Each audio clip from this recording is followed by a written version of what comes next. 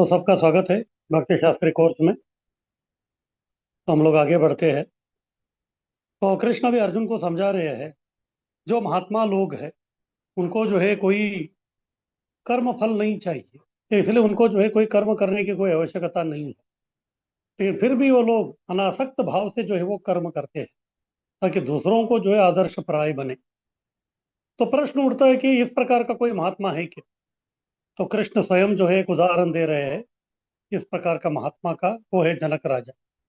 श्लोक 20। जनक राजा आदर्श प्राय है, कर्मण्येव हि संसिद्धि आस्थिता जनकादयः लोक संग्रहमेवापि संपश्यन् कर्तुम अर्हसि। कर्मण्येव हि संसिद्धि, कर्म योग, कर्म से ही जो है संसिद्धि, संसिद्धि यानी कि परिपूर्णता को जो प्राप्त किया है पिता। कौन? जनकादय, यानी कि केवल जनक नहीं, जनक जैसे अन्य जो भी महाजन लोग हैं वो सब, वो लोग कर्म कर किया उन्होंने। हालांकि वो संसिद्धि यानी कि परिपूर्ण थे, जीवन में परिपूर्णता प्राप्त करने के बाद भी वो लोग जो है कर्मण्य, वही कर्म योग उन्होंने कर दिया। क्यों? लोक संग्रह में वापी, लोक संग्रह में वापी यानी कि लोगों को जो है बताना है। संपश्यन कर्तुम अर्हसि, संपश्यन यानी कि जो लोग हैं इनको देखेंगे, संपश्यन यानी कि देखना, संपश्यन यानी कि अच्छी तरह से इनको देखेंगे किस प्रकार से ये लोग काम कर रहे हैं, तो वो देख के जो उस प्रकार से वो काम कर सकते थे। इसलिए जो है लोगों को एक आदर्श दिखाने के लिए जो जनक राजा जो है वो आदर्श प्राय बने और कर्म किया, ताकि लोग कर्म किस प्रकार से करें वो उनको समझ में आ सके। आगे कीजिए।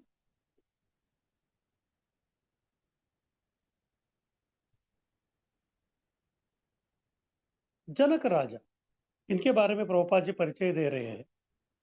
जनक, ये जो है राज्य है नेपाल में, और उधर का जो राजा है उनको जनक राजा बोलते हैं। ऐसे कई जनक राजा हो गए, उसमें का एक जनक राजा जो वो सीता मैया के पिताजी थे।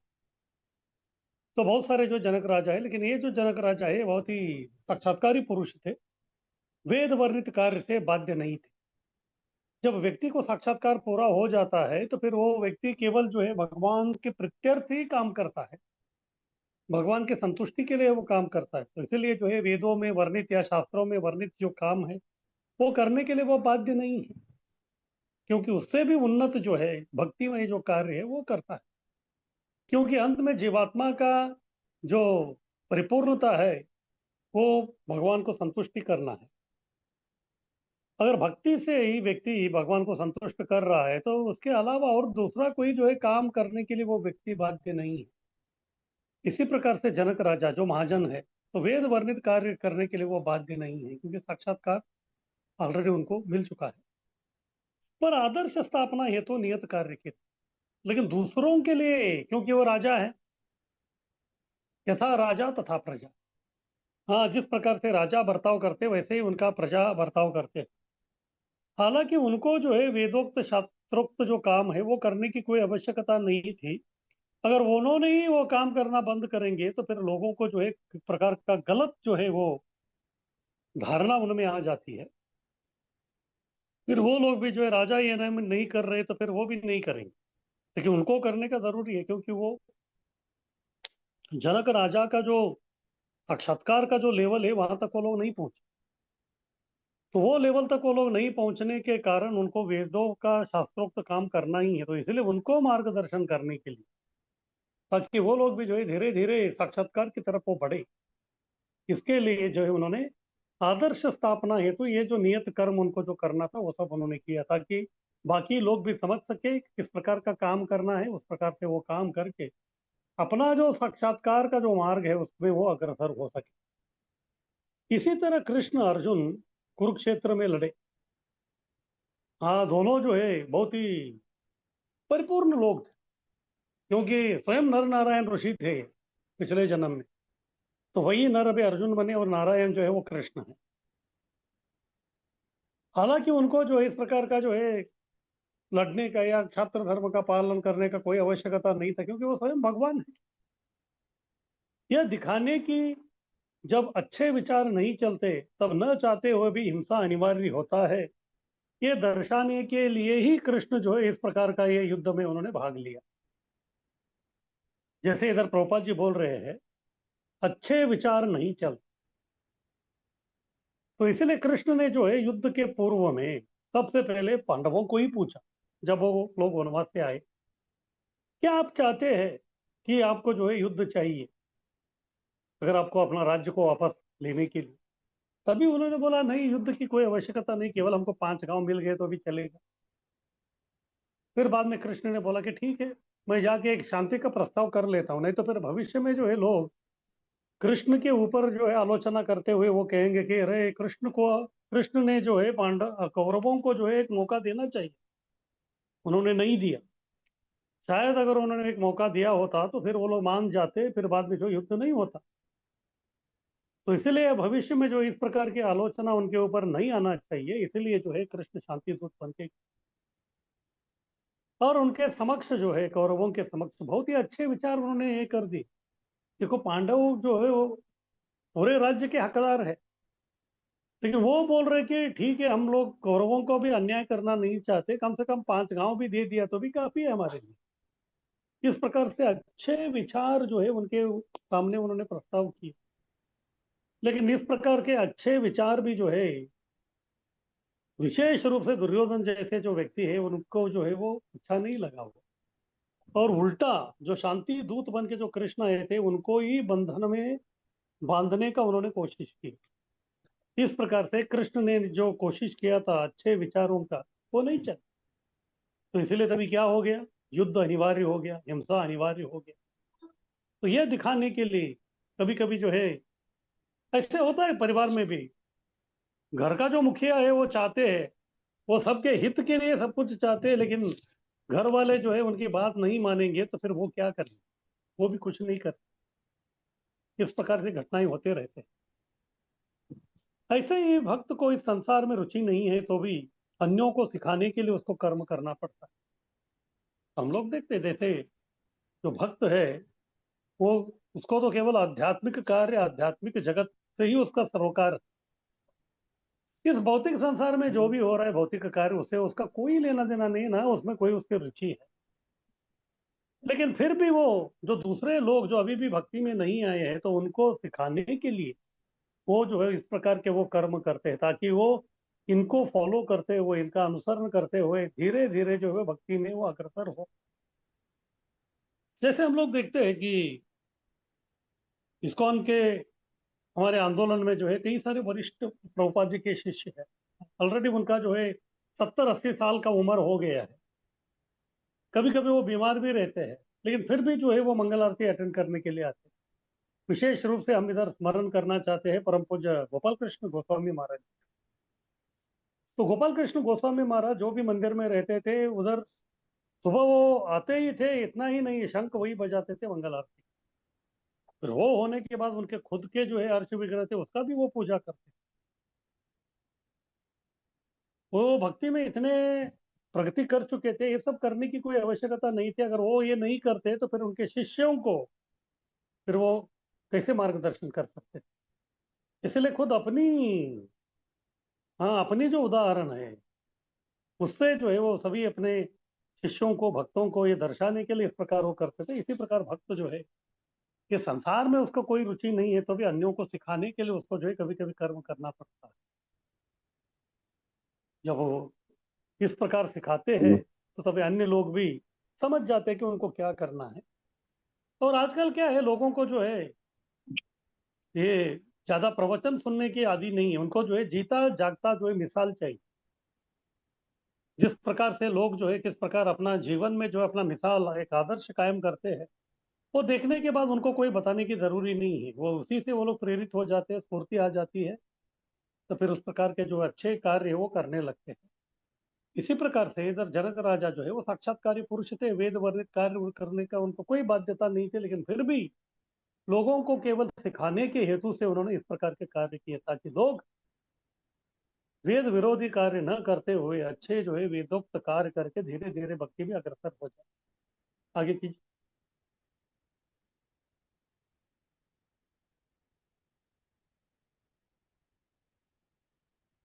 श्लोक 21। सामान्य जन महाजन का अनुसरण करते हैं, ये दुनिया का दस्तूर है। तो सामान्य लोग जो है वो बस जैसे हम भी इधर देखते हैं आजकल के ज़माने में, तो लोग जो उनके जो मंत्री है या प्रधानमंत्री है, मुख्यमंत्री है, या उनका जो भी नेता है या समाज का मुखिया है, उन्हीं का जो है वो लोग पालन करते हैं। लोगों के पास जो है ज़्यादा सोचने की जो है उनके पास जो है कोई कैपेसिटी नहीं है। ज़्यादा सोचने की कोई कैपेसिटी नहीं है, इसलिए सामान्य जन जो है, महाजन जो है, उनका वो अनुसरण करते हैं। इसी का उल्लेख जो अभी कृष्ण अर्जुन को समझा रहे हैं। ये क्यों बोल रहे हैं अर्जुन को? क्योंकि अर्जुन भी एक महाजन है। अर्जुन भी जो है बहुत सारे लोगों के लिए जो बहुत ही सुपरस्टार व्यक्ति है। अगर वो सुपरस्टार व्यक्ति या महाजन व्यक्ति जो है वो जो है गलत काम करेगा, वो क्षत्रिय है तो फिर उसको अपना स्वधर्म यानी कि उनको लड़ाई करनी है। लेकिन वही व्यक्ति सबके मिसाल होने के बाद भी गलत काम करेगा तो फिर गलत मिसाल का वो कायम करेगा।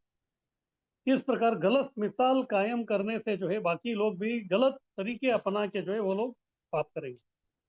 ये अर्जुन का ये रवैया को कृष्ण जो है कतई ही नहीं चाहते। इसलिए जो है कृष्ण वो उनको स्मरण दिला रहे हैं कि आप सामान्य व्यक्ति नहीं है, आप महात्मा जन है, आप महाजन है। और आपका देख के जो लोग सीखने वाले हैं, इस प्रकार से आपको जो है सोच समझ के काम करना पड़ेगा। इसलिए चैतन्य चरितमृत में भी बोलते हैं, वर्ण और आश्रम में जो है सन्यासी का जो है लेवल बहुत बड़ा है। समाज का मुख्य मुखिया जो है वो सन्यासी ही है। सन्यासी जो करता है वो सब लोग फॉलो करते हैं, अगर वो कुछ गड़बड़ करेगा तो फिर उसका दुष्परिणाम वो पूरे समाज में होते हैं। तो इसीलिए चैतन्य चरितमृत में बोलते हैं, सन्यासी अल्प छिद्र सर्वलोक गाय। सन्यासी का जो है केवल थोड़ा भी छिद्र यानी कि थोड़ा भी अगर दोष है तो सर्वलोक गाय, क्योंकि सब लोग उसको गाते हैं। क्यों? तो सबकी नजर में है। या फिर आगे बताते हैं कि ये जो सन्यासी का जो ये है वो अल्प, उसका जो कार्य में अगर कुछ दोष आता है तो फिर मसी बिंदु समान। जैसे एक धोती रहता है, तो धोती जो है वो सफेद वस्त्र का है। हाँ, धोती जो है वो सफेद वस्त्र का है। और उसमें जो है अगर किधर भी जो है थोड़ा एक काला धब्बा आ गया तो फिर लोग जो है, लोगों का दृष्टि उधर ही चला जाता। तो इसलिए हम भी देखते हैं कभी कभी जो है, जो बच्चे रहते हैं तो उनको जो है काला टीका लगाते हैं, क्या है, ताकि उनको जो दृष्टि न लगे। क्योंकि बच्चे जो है सामान्यतः बहुत सुंदर दिखते हैं, इसलिए किसी की बुरी नजर न लगे, इसीलिए जो है वो काला टीका उधर लगा देते हैं। इसी प्रकार सन्यासी का जो जीवन है वो तो है बहुत ही आदर्शप्राय होना चाहिए। सन्यासी का जीवन आदर्शप्राय होना चाहिए। अगर उसमें थोड़ा भी दोष है तो फिर लोग जो है उन्होंने जो भी 99%, 99% उन्होंने जो भी अच्छे काम किए वो सब बाजू में रखते, फिर 1% जो उन्होंने जो किया है उसी का जो है उसको ही बोलते बैठते। इसलिए इस प्रकार का व्यवहार अर्जुन करना नहीं चाहिए, इसलिए उनको जो है सचेत कर रहे हैं। वो बोल रहे कि सामान्य जन आप जैसे जो महाजन है उनका अनुसरण करते हैं, इसलिए आपको जो है सोच समझ के जो है काम करना है। यद्यद आचरति श्रेष्ठ तत्त वो इतरो जना स यद प्रमाणम कुरुते लोकस्तत् अनुवर्तते। यद यद आचरति, यद यद यानी कि जो जो आचरण करते हैं, कौन श्रेष्ठ, इस समाज के जो श्रेष्ठ लोग हैं वो, उसका क्या होता है, तत्त ये वह इतरो जना, इतर जन बाकी जो लोग हैं वो उसी को जो है फॉलो करते हैं। लोग ज्यादा सोचते नहीं कि बस ये हमारा लीडर है, वो जो करेगा वही करेंगे। ये किस प्रकार से है, तो अगर एक बकरी खड्डे में गिर गए तो बाकी बकरी सोचते हैं वो भी खड्डे में गिर जाते हैं। लोगों का मेंटेलिटी ऐसा है, इसको मॉब साइकोलॉजी बोलते हैं। तो यद प्रमाणम कुरुते, तो लोग क्या समझते हैं, ये जो कर रहे हैं यही प्रमाण है हमारे लिए। ये जो व्यक्ति, जो महाजन जो है जो कर रहा है वही जो है सबसे बड़ा प्रमाण है, इसके लिए और कोई उसको प्रमाणीकरण नहीं करते। लोग तद अनुवर्तते, तो लोग जो है या लोक जो है वो क्या करता है, अनुवर्तते, उसको फॉलो करते हैं। वो ज्यादा सोचते नहीं है। इसलिए जो भी नेता है उसको जो है सोच समझ के काम करना चाहिए। अगर वो गड़बड़ कर रहा है तो फिर बाकी लोग भी वैसे ही करते हैं। इसीलिए बोलते हैं, यथा राजा तथा प्रजा, यथा गुरु तथा शिष्य, यथा पिता तथा पुत्र। इस प्रकार से वो होता है। आगे कीजिए।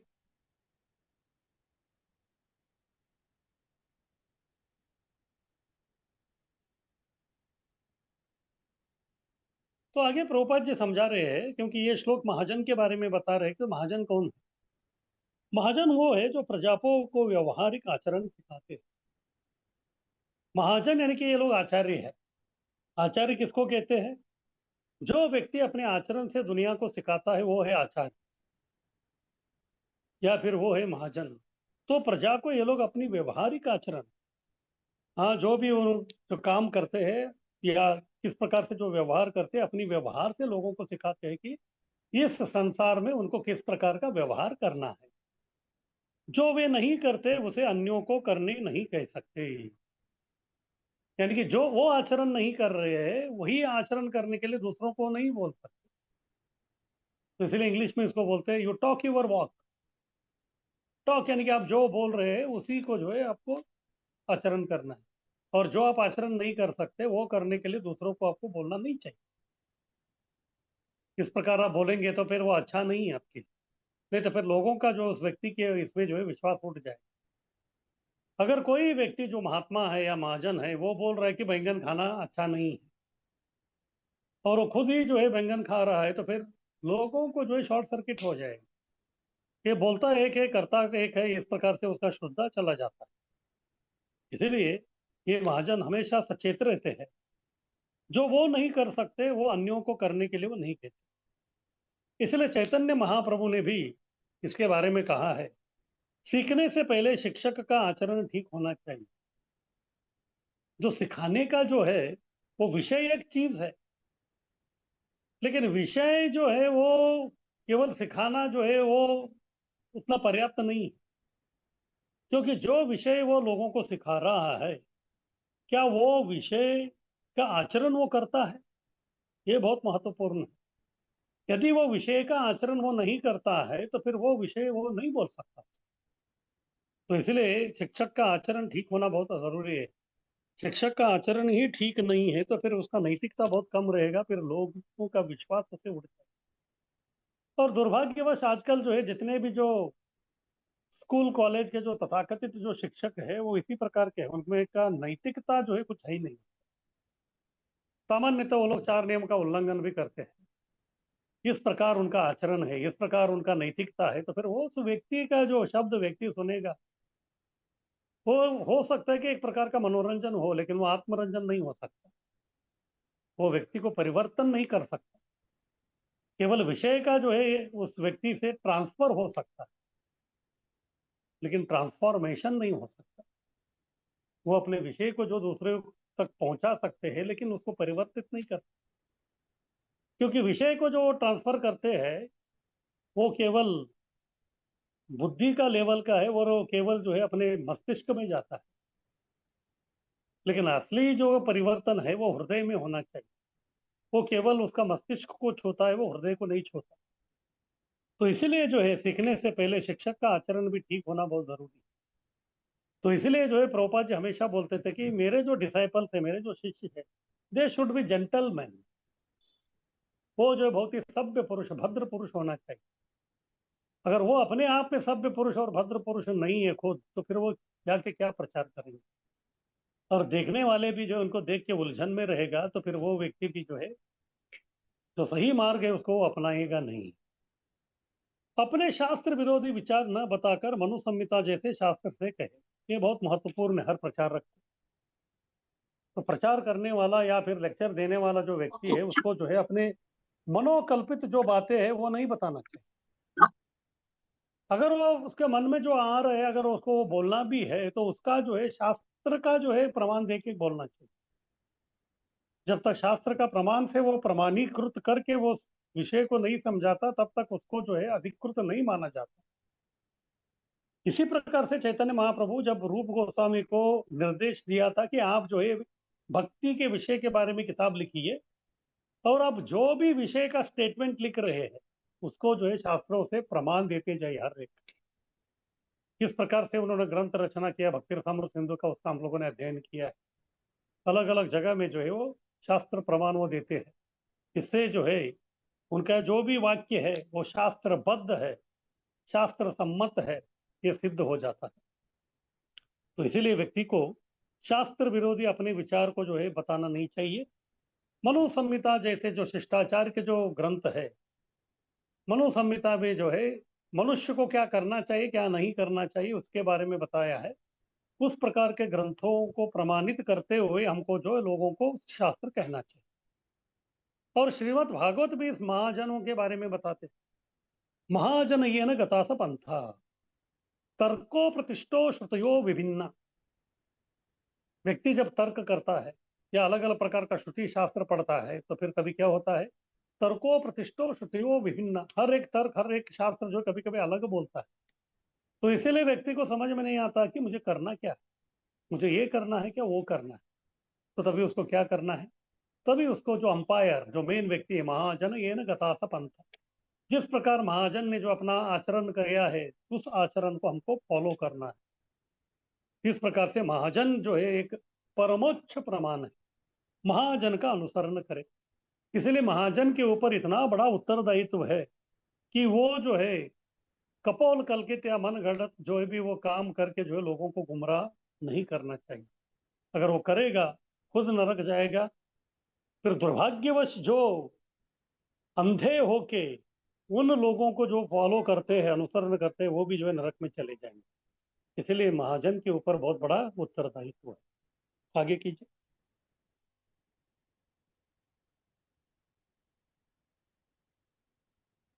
अर्जुन भी जो है महाजन है, लेकिन अभी जो है सब गड़बड़ कर रहे हैं। इसलिए प्रभुपाद जी बता रहे हैं, अर्जुन कर्तव्य छोड़कर वैरागी बनता तो सब उनका अनुसरण करके संकट में आते ही। अर्जुन भी जो एक आदर्श था, एक रोल मॉडल था, बहुत सारे लोग उनको फॉलो कर रहे थे। अगर उन्होंने भी जो है गलत व्यवहार किया होता, युद्ध छोड़ के, जो क्षत्रिय है इतने बड़ा पराक्रमी है, लेकिन उनका जो वर्ण के अनुसार उनको जो है वो जो काम करना था, या फिर वो गृहस्थ भी थे तो गृहस्थाश्रम का पालन सब छोड़ के जो है ऐसे अचानक जो है वो व्यक्ति जो है अगर बैरागी या साधु बनता तो फिर वो अच्छा नहीं।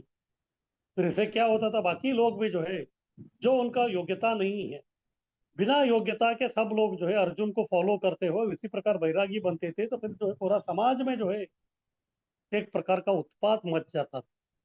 इसीलिए जो है कृष्ण अर्जुन को रोक रहे हैं, इस प्रकार से आप हरकत मत कीजिए, क्योंकि आप साधारण व्यक्ति नहीं, आप जो है बहुत बड़े महाजन हैं और लोग जो है आपको देख रहे हैं, आपको फॉलो करने वाले। अगर आप कोई गलत हरकत करेंगे तो फिर लोग भी उस प्रकार का गलत हरकत करेंगे, फिर समाज में जो है बहुत ही उत्पात मचे। आगे में परपोर्ट में प्रभुपाद जी समझाते हैं, कुछ जो लोग हैं वो स्वाभाविकता से ही नेता बनते हैं, यानी कि लोग जो है उनको नेता करके वो स्वीकार कर ही लेते हैं, क्योंकि उनका वो पोजीशन उनका स्थान ही ऐसा है। सबसे पहला नेता है राजा। जैसे कोई व्यक्ति राजा बनता है तो फिर वो उनका लीडर बन ही जाता है, उनका वो नेता बन ही जाता है। इसलिए जो राजा बोलते राजा करते हैं तो लोग वही देखते रहते थे, वही जो है उनके लिए वेद वाक्य बन जाता है। इस प्रकार से राजा जो है एक स्वाभाविक नेता है, किसी को बोलने की आवश्यकता नहीं कि आप अपने राजा को फॉलो करो करके, लोग अपने आप कर लेते हैं। और आजकल के जमाने में राजा नहीं है तो फिर वही हमारे मंत्री संतरी जो भी प्रधानमंत्री है तो ये वो इसी प्रकार के लोग हैं। तो सामान्यतः लोग जो है वो जो बोलते हैं उसको फॉलो करते ही। उसके बाद दूसरे पिता, क्योंकि जो हमारा परिवार है इस परिवार के जो मुखिया या फिर पालन पोषण करने वाले जो व्यक्ति है वो है पिता। तो इसलिए हमको भी उस परिवार में रहना है तो फिर हमको सुनना है, फॉलो करना है किसका, पिता का। इस प्रकार से वो भी जो है स्वाभाविक नेता बन गए। उसके बाद तीसरे है गुरु। जब व्यक्ति स्कूल में जाता है, हाँ उधर जो है उसको मार्गदर्शन करने के लिए कौन है, गुरु है, शिक्षक है। उनका वो सुनते हैं, फिर वो जो बोलते हैं वो पालन करना आरंभ करते हैं, तो इस प्रकार से गुरु भी जो है स्वाभाविक नेता बन जाते हैं। इस प्रकार से समाज के जो है तीन लोग, वो उस पद के कारण, जो पद उन्होंने प्राप्त किया है उसके कारण वो नेता बन ही जाते हैं, और वो है राजा, पिता और गुरु। आगे कीजिए।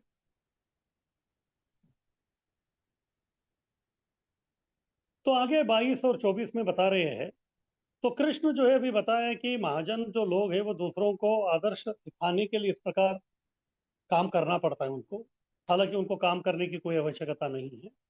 इसके लिए उन्होंने उदाहरण दिया जनक महाराज और उन्हीं जैसे महाजनों का। फिर आगे उन्होंने बताया कि इस प्रकार महाजन जो करते हैं उसको बाकी लोग भी फॉलो करते हैं। अभी कृष्ण अपने बारे में बोल रहे हैं, क्योंकि कृष्ण भी कोई साधारण व्यक्ति नहीं है।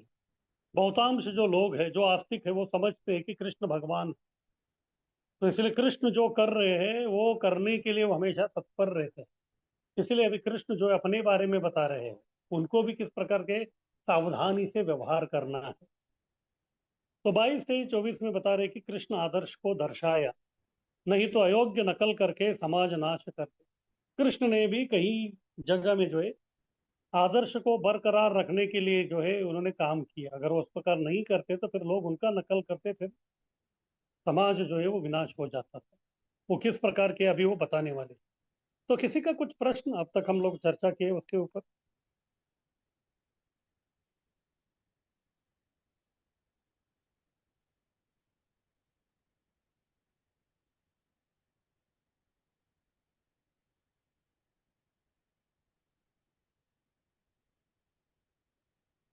किसी का कोई प्रश्न?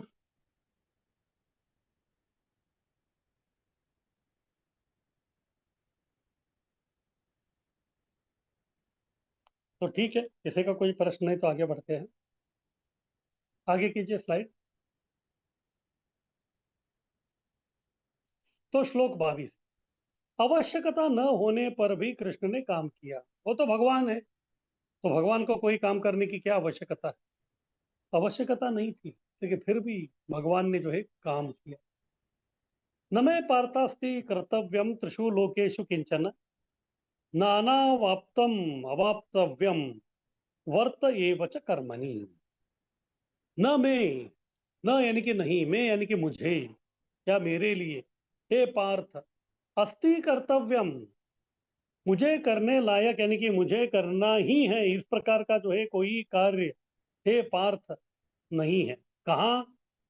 केवल पृथ्वी पर नहीं, त्रिषु लोकेषु किंचन, तीनों लोकों में मुझे इस प्रकार का काम करना ही है।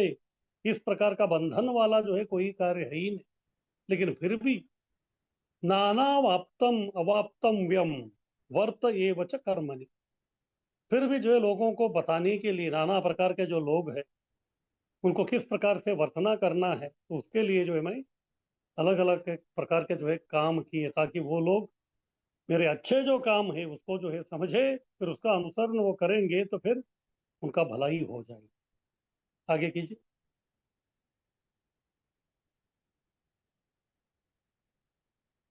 तो कृष्ण कौन है? प्रभुपाद जी समझाते परपोर्ट में, ये है भगवान। भगवान यानी कि संपूर्ण ऐश्वर्यवान, जो षड ऐश्वर्य पूर्ण है। उनके पास छह छह प्रकार के ऐश्वर्य 100% पूर्ण रूप से है। तो इतना जो ऐश्वर्यशाली व्यक्ति है उसको काम करने की क्या जरूरत? जैसे इस दुनिया में भी हम देखते हैं जो बहुत ही अरबोपति खरबोपति है, वो इतना पैसा उसके पास है, तो क्या उसको कोई काम करने की जरूरत है? नहीं। उसका काम करने के लिए जो है बहुत सारे लोग हैं, हजारों के हिसाब से लोग। तो कोई काम करने का कोई जरूरी नहीं, और कोई उसको पूछेगा भी नहीं, अरे तुम काम क्यों नहीं करता? इस प्रकार से प्रश्न भी जो है कोई व्यक्ति उसको नहीं कर सकता। इसीलिए भगवान पूर्ण संपूर्ण ऐश्वर्यवान व्यक्ति है, तो उनके लिए भी जो कोई काम नहीं, उनको करना ही चाहिए उस प्रकार बाध्यता वाला। तो आगे बता रहे हैं कि किसको काम करना पड़ता है। फल चाहने वाले को काम करना पड़ता है। जैसे सामान्य लोगों का हम देखते हैं, व्यक्ति जो है काम क्यों करता है या कब करता है? जब उसको कुछ चाहिए।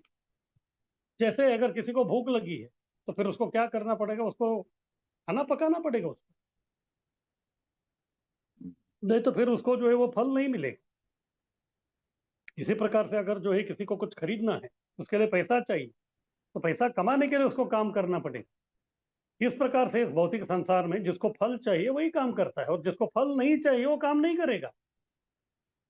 जिसको कोई जो है फल की इच्छा नहीं है, तो फिर वो काम क्यों करेगा? तो काम करने का आवश्यकता नहीं उसको। तो इसी प्रकार से कृष्ण को भी कोई फल नहीं चाहिए। कृष्ण को भी कोई फल नहीं चाहिए, क्योंकि पूरा संसार उनका है। पूरा संसार उनका है, तो फिर जो है उनको काम करने की क्या जरूरी है? तो फल की जो है कोई आवश्यकता उनको नहीं है। वो आत्मा राम है। आत्मा राम यानी कि जिस व्यक्ति को अंदर से ही संतुष्टि मिलती है, तो फिर बाहरी कोई वस्तु से उसको संतुष्टि के लिए काम करने की कोई आवश्यकता नहीं है उनको। तो इस प्रकार से कर्म वो व्यक्ति करता है, उसको जो है कुछ फल चाहिए। लेकिन कृष्ण जैसे जो लोग हैं उनको कोई फल की आवश्यकता नहीं है, उनको काम करने की कोई आवश्यकता नहीं है। तो कृष्ण को फल नहीं चाहिए, इसलिए काम की कोई आवश्यकता नहीं है। फिर भी कुरुक्षेत्र में कर्तव्यबद्ध होकर वो आए। भगवान थे, उनको ये सब काम करने का जरूरी नहीं था, लेकिन ये भी जो है, क्योंकि वो क्षत्रिय यदुकुल में उन्होंने जन्म लिया था, तो फिर इसीलिए जो है उनको लगा कि अभी मेरे जन्म के अनुसार जो है मैं क्षत्रिय हूं, तो फिर मुझे लड़ाई करना चाहिए। तो वो एक कर्तव्य था उनका। हालांकि वो नहीं करते तो भी चलता था, लेकिन एक प्रकार का जो कर्तव्य समझ के जो है वो इधर कुरुक्षेत्र के युद्ध में जो है कर्तव्यबद्ध होकर आए थे। हालांकि उन्होंने बताया था कि उन्होंने जो है अस्त्र शस्त्र से लड़ाई नहीं करेंगे, केवल अर्जुन के सारथी बनेंगे। अर्जुन ने बोला बस आप उतना ही रहिए और कुछ नहीं चाहिए। इस प्रकार एक प्रकार का कर्तव्यबद्ध होकर वो किए थे। यदि अगर कृष्ण इसे नहीं करते तो फिर लोग भी ऐसे समझते थे कि अरे, कृष्ण भी जो है क्षत्रिय पर होके युद्ध नहीं किया, तो फिर अभी अर्जुन को जो है क्यों वो युद्ध करने के लिए लगा रहे, ये अच्छा नहीं है, इस प्रकार बोलते थे। वे शास्त्र के परे होकर भी शास्त्र का उल्लंघन नहीं करते। जैसे कोई राजा रहता है, अपने देश में उन्होंने जो है अलग अलग प्रकार के नियम लगाते हैं, लेकिन राजा स्वयं जो है वो सब नियमों के परे है। इसी प्रकार कोई ऑफिस में भी होता है। ऑफिस का जो बॉस है वो अलग अलग प्रकार का नियम उधर लगाता है, लेकिन जो बॉस है वो सभी नियमों से परे है। उनके ऊपर जो है कोई नियम लागू नहीं होता। इसी प्रकार से कृष्ण भी जो है शास्त्र के परे है, इसलिए वो शास्त्र का उल्लंघन भी नहीं करते। फिर भी शास्त्र के नियम उनके ऊपर लागू नहीं होते, इसका अर्थ ये नहीं कि वो शास्त्र का उल्लंघन करते नहीं। तो शास्त्र के अनुसार जो है वो काम करते ही। तो इसमें बहुत ही महत्वपूर्ण बात अभी प्रोपा जी इधर समझा रहे हैं। सामान्यतः लोग क्या करते हैं, कृष्ण लीला का अनुसरण करते हैं। कृष्ण ने ऐसा किया हम भी ऐसे करेंगे, कृष्ण ने वैसा किया हम भी वैसे करेंगे। तो सामान्यतः जैसे लोग जो है वो भी रासलीला खेलना चाहते हैं, क्योंकि कृष्ण ने किया। इसीलिए जो है प्रभुपाद जी इधर हमको समझा रहे हैं, कृष्ण लीला से कृष्ण वाणी का अनुसरण करें, ये अच्छा है हमारे लिए। क्योंकि कृष्ण का लीला जो है वो देश काल पात्र संदर्भ के अनुसार सब हो गए। शायद उस प्रकार का संदर्भ हमारे जीवन में नहीं आए हैं, तो फिर हम वो उस प्रकार का काम क्यों करें। लेकिन जो वाणी है या भगवान के जो आदेश है, जो उपदेश है, वो हमारे लिए बहुत महत्वपूर्ण है। इसलिए कृष्ण का वाणी का अनुसरण करना है। कृष्ण का लीला का अनुसरण करने की कोई आवश्यकता नहीं है, क्योंकि कृष्ण भगवान है और भगवान हम नहीं है। आगे कीजिए।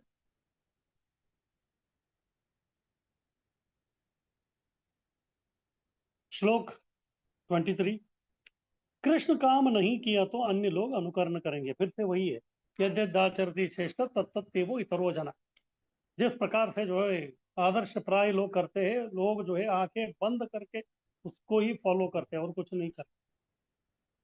तो इसीलिए समाज में जो है जो स्टार लोग, सुपरस्टार ये जो लेते हैं, स्पोर्ट्स स्टार, तो लोग पूरे अंधे हैं उनके बारे में।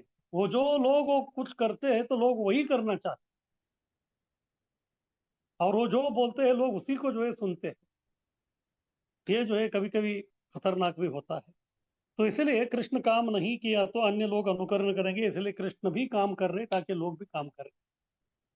यदि है अहम न वर्ते यम जातु कर्मण्य तन इंद्रतः मम वर्तमानो वर्तन्ते मनुष्या पार्थ सर्वश। फिर से बोल रहे अर्जुन को, हे पार्थ, आप तो छोड़ो, आपको मैं बोल रहा हूँ युद्ध करने के लिए। मैं भी जो है अगर युद्ध नहीं करूंगा, मैं भी मेरा काम नहीं करूंगा, तो फिर क्या होगा। यदि यह अहम न वर्तेयम, वर्तेयम यानी कि वर्तन यानी कि काम करना, यह यानी कि ये जो है यानी कि क्षत्रिय है, युद्ध अगर मैं नहीं करूंगा तो जातु कर्मण्य कर्मण्य तंद्रितः, जो कर्म जो है उनको जो करना है वर्ण और आश्रम के अनुसार, अगर वो नहीं करेंगे तो फिर क्या।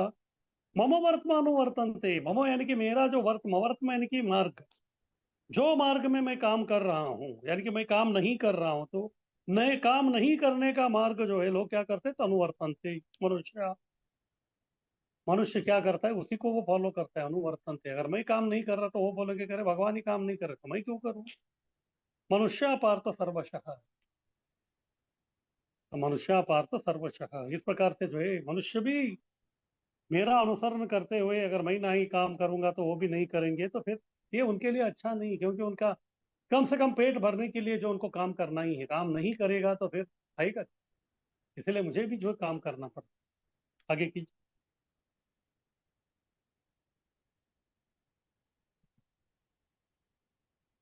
आध्यात्मिक उन्नति के लिए बद्धात्मा को कुलाचार करना पड़ता है।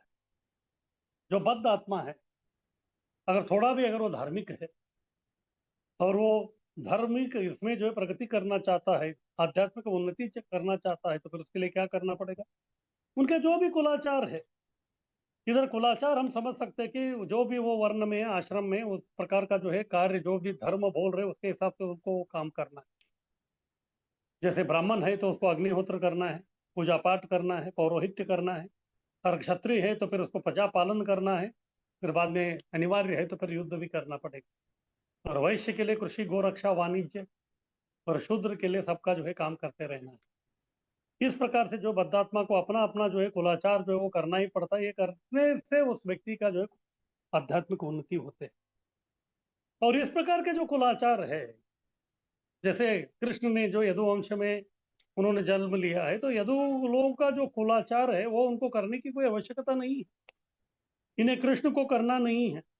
पर धर्म संस्थापन के लिए अवतार लेने के कारण विशिष्ट नियम का पालन किए हुए भगवान है।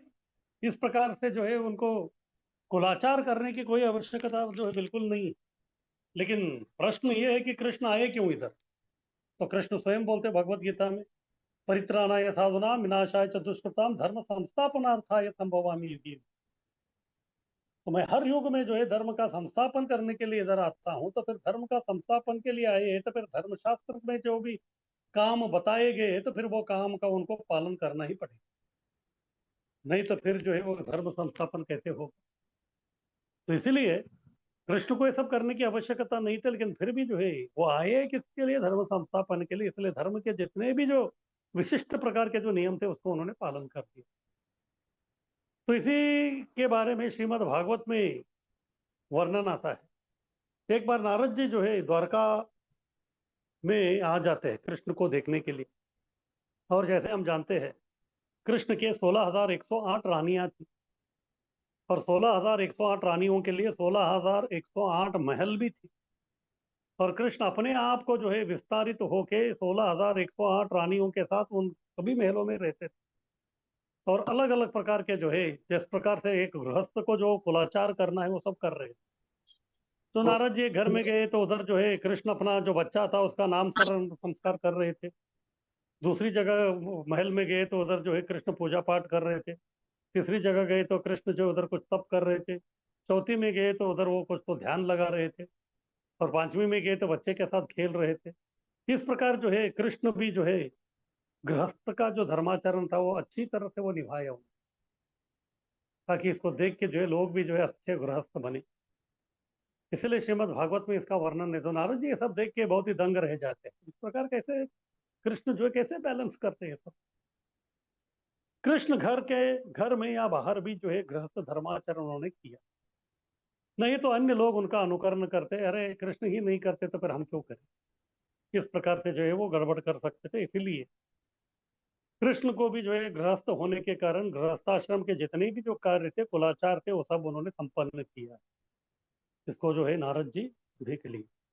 आगे कीजिए।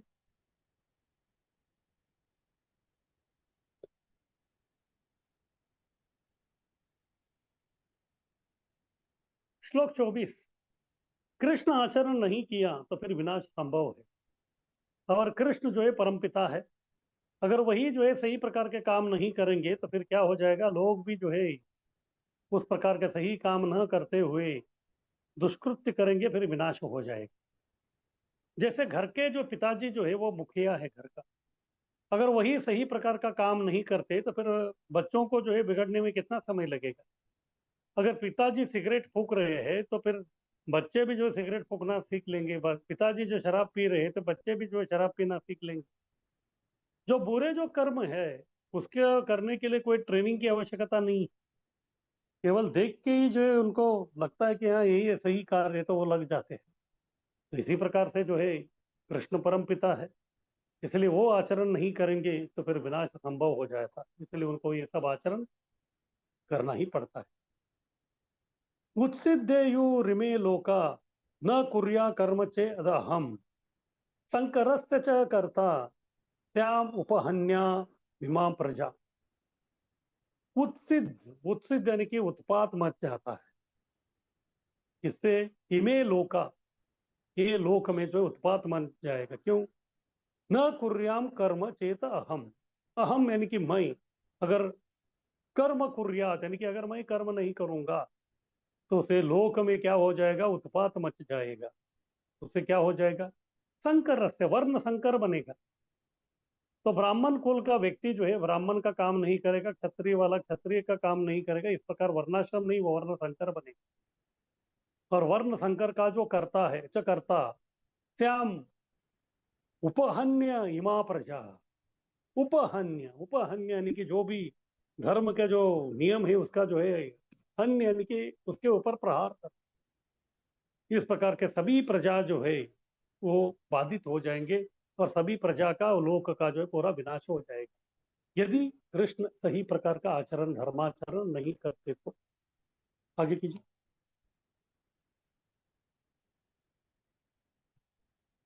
वर्ण संकर, इसके बारे में जो है अर्जुन भी बोल रहे थे।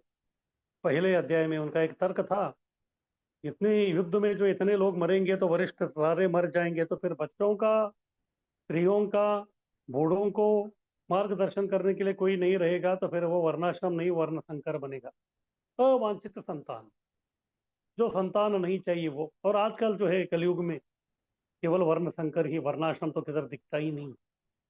जो बच्चे हैं माँ बाप के नहीं सुनते, जो विद्यार्थी है वो गुरु का नहीं सुनता, और जो प्रजा है वो प्रजा पालन करने वाले व्यक्ति को सुनते ही नहीं। सब लोगों को लगता है कि वही अकलमंद है, वही होशियार है। इससे क्या हो जाता है? समाज में अशांति बन जाती है। इसलिए समाज में नियम है। क्यों अशांति होता है? नियम का कोई पालन नहीं होता। अभी हम लोग देखते हैं कोई जो है चोरी नहीं करता, क्यों? क्योंकि समाज में अच्छी तरह से नियम पालन कानून पालन हो रहा है।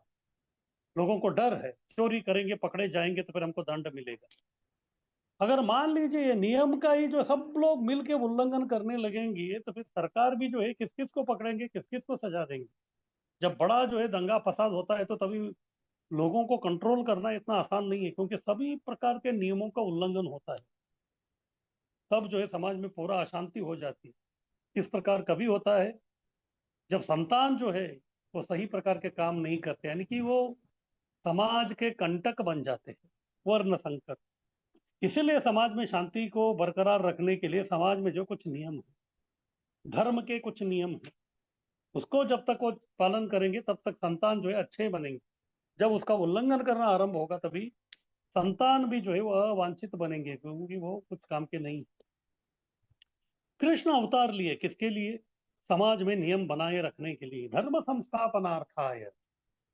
कृष्ण अवतार लिए धर्म का संस्थापन करने के लिए, और धर्म का संस्थापन तभी होता है जब समाज में कुछ नियमों को बनाए रखने, तभी समाज में कुछ जो है आवश्यक जो नियम है उसको जब बनाए रखते हैं तो तभी जो है धर्म का संस्थापन होता है।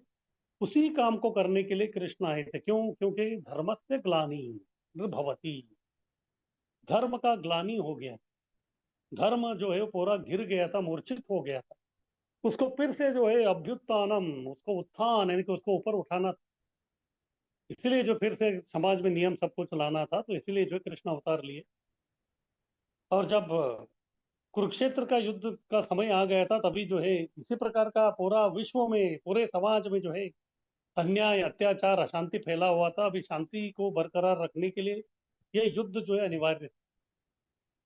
जैसे कभी कभी जो है दंगा फसाद होता है तो फिर पुलिस वाले जो है ऑर्डर देते हैं कि गोली चलाओ। अभी वो गोली अपने प्रजा के ऊपर ही चला रहे हैं, ऐसा नहीं कि कोई शत्रु के ऊपर चला रहे हैं। क्यों? क्योंकि जब सिचुएशन जो परिस्थिति है वो हाथ से गुजर जाती है तो व्यक्ति कुछ कर नहीं सकता, तो तभी जो है न चाहते हुए भी अनिवार्यता के कारण जो उस प्रकार हरकत करना पड़ता है। इसी प्रकार से जब समाज में जो है धर्म का कोई नियम पालन नहीं होता तो तभी जो है कृष्ण को भी जो इस प्रकार का हिंसात्मक जो रवैया है उसको अपनाना पड़ता है। जैसे अगर किसी को जो पेट में दर्द है, उस दर्द को निकालने के लिए और एक दूसरा दर्द देना पड़ता है, यानी कि चाकू अंदर घुसे के उसका ऑपरेशन करना पड़ता है।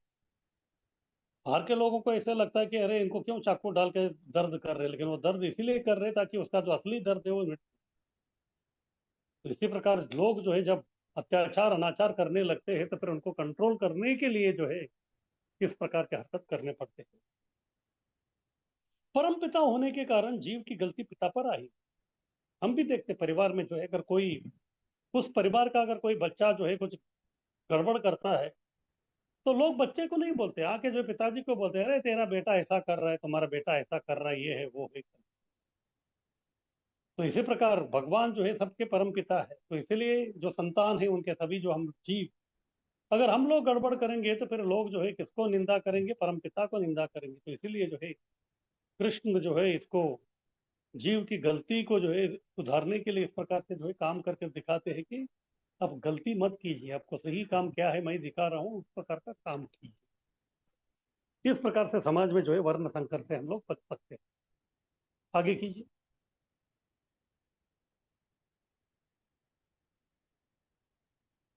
जीव को अनुसरण करना है, अनुकरण नहीं। ये बहुत महत्वपूर्ण है। सामान्यतः लोग क्या करते हैं, वो अनुकरण करते हैं, अनुकरण यानी कि नकल करते हैं।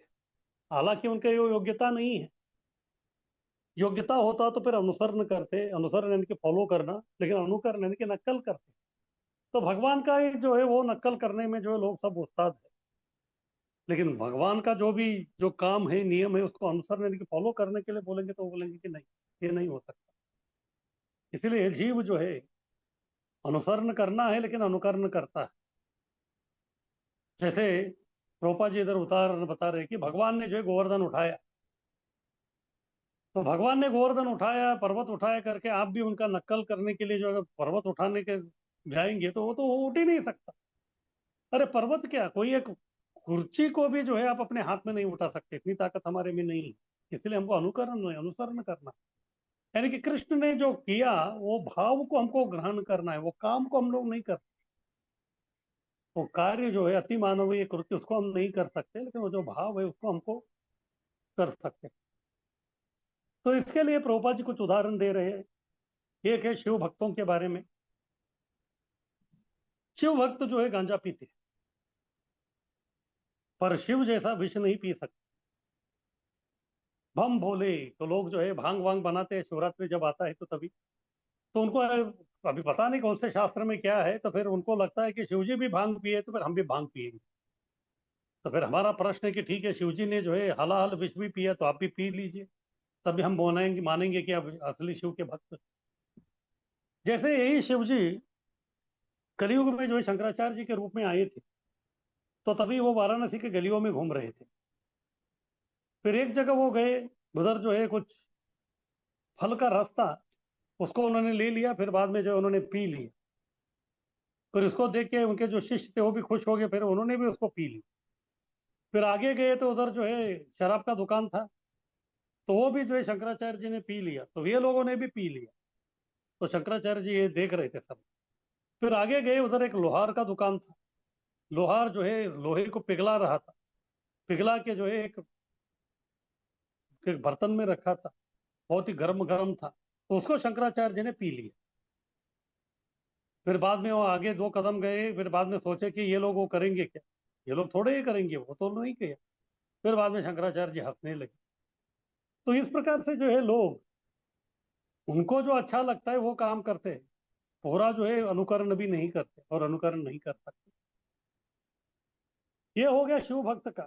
इसी प्रकार से कृष्ण भक्तों का भी समस्या है, यानी कि असली कृष्ण भक्त का नहीं, मिथ्या कृष्ण भक्त जो अपने आप को जो है कृष्ण भक्त ऐसे समझते हैं या फिर समझाते हैं। मिथ्या कृष्ण भक्त रास रचाते हैं पर गोवर्धन नहीं उठाता।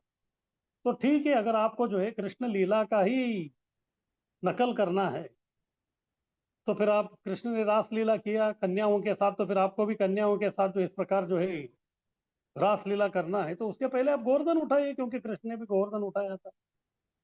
तो एक ही लीला क्यों कर रहे हैं, आप दूसरी लीला भी कीजिए आप।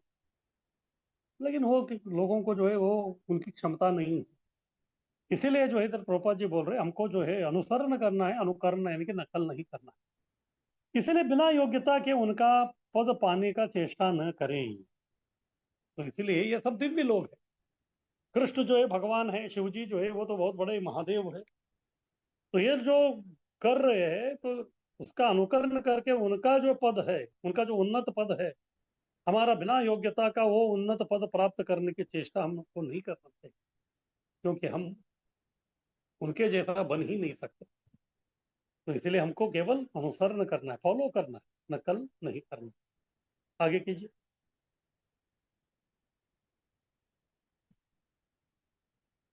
श्लोक 25। ज्ञानी सन्मार्ग पर चलते हैं। अभी कृष्ण ने जो है कई लोगों का उदाहरण दिया, महाजन को बताया, जनक राजा क्या किया वो बताया, स्वयं के बारे में भी बताया। अभी आगे जो है जिसके सही प्रकार का ज्ञान है, जो ज्ञानी है, तो वो क्या करते हैं, वो सन्मार्ग पर चलते हैं। उससे क्या होता है, उनका भी भलाई होता है, और जो सही व्यक्ति इनको देखता है तो वो भी सन्मार्ग पे चलता है, वो भी जो है कुछ बुरे कर्म नहीं करता। इसलिए ज्ञानी हमेशा, क्योंकि उसको ज्ञान मालूम है क्या करना है क्या नहीं करना है, तो सन्मार्ग पर चलते हैं। सक्ता हाँ कर्मण्य विद्वांसो यथा कुर्वन्ति भारत कुर्याद विद्वांसता तथा असक्तश्चि कीर्षु लोक संग्रहम। इधर अर्जुन को बोल रहे भारत। भारत यानी कि ये भरत वंश वाले हैं। तो भरत वंश के होने के कारण जो प्रकार से भरत महाराज जो है धर्म का अनुसरण किया, उस प्रकार से आपको करना है, वो याद दिलाने के लिए अभी उनको भारत कह रहे हैं। सक्ता कर्मण्य विद्वांसो यथा कुर्वन्ति। सक्ता यानी कि जो विद्वांस, विद्वांस यानी कि जो ज्ञानी लोग हैं, कर्मण्य, कर्म किया उन्होंने लेकिन आसक्ति के भाव से नहीं, फल की आसक्ति के भाव से नहीं किया उन्होंने, अनासक्त भाव से जिस प्रकार से विद्वांस यानी कि ज्ञानी लोग जो है काम किए हैं। कुर्याद विद्वांस तथा असक्तश्च की लोक संग्रह। जिस प्रकार से विद्वांस वो सब काम अनासक्त भाव से किया, उसी को जो है बाकी लोग भी देखते हैं, और बाकी लोग भी जो है इस लोक में उसी प्रकार के काम करते हैं। यानी कि ज्ञानी जब सन्मार्ग में चलता है तो उसको देख के बाकी लोग भी जो है उसी सन्मार्ग पे चलते हैं। अगर दुर्भाग्यवश वो लोग अज्ञानी के पास है तो फिर अज्ञानी जो चल रहा है तो वही अज्ञान के मार्ग में वो चलते हैं, तो उनके लिए वो अच्छा नहीं है। आगे कीजिए।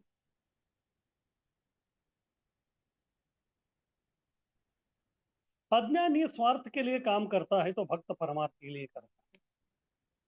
तो अज्ञानी, क्योंकि उसको कोई ज्ञान नहीं है, ना वो अपने बारे में जानता है ना भगवान के बारे में, उसको मालूम नहीं कि वो शरीर नहीं, वो आत्मा है, या फिर उसको ये मालूम नहीं कि वो जीव है, और जीवे नित्य स्वरूप जो है वो कृष्ण दास है, वो नहीं जानता। इसके लिए वो व्यक्ति जो है केवल अपने स्वार्थ के लिए ही काम करता है, परमार्थ उसको मालूम ही नहीं है। लेकिन वही जो भक्त है वो ज्ञानी है, उनको आध्यात्मिक ज्ञान मिल मिल चुका है।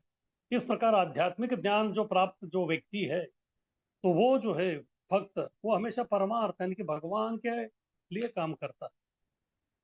ज्ञानी दिखाता है कि कैसे कर्म फल कृष्णार्पण करना है। तो ज्ञानी, उनको मालूम है ज्ञान के बलबूते पे कर्म करना है, लेकिन उसका जो फल है उसके बारे में जो है आसक्त नहीं होना है। कर्म के बारे में जो है, कर्म के फल के बारे में अगर आसक्त होंगे तो फिर बंधन आता है। तो इस प्रकार से वो बिना कर्म फल की इच्छा से किस प्रकार से कर्म करने का वो दिखाता है। तो फिर बाकी लोग क्या करते हैं, वो भी समझते हैं किस प्रकार से कर्म फल को कृष्णार्पण करना है। और जैसे कल मैं बता रहा था, कृष्ण भी भगवत गीता में वही बोलते हैं, यत करोषि यदश्नासि यज्जुहोषि ददासि यत् तपस्यस्ति कौन्तेय तत्कुरुष्व मदर्पण।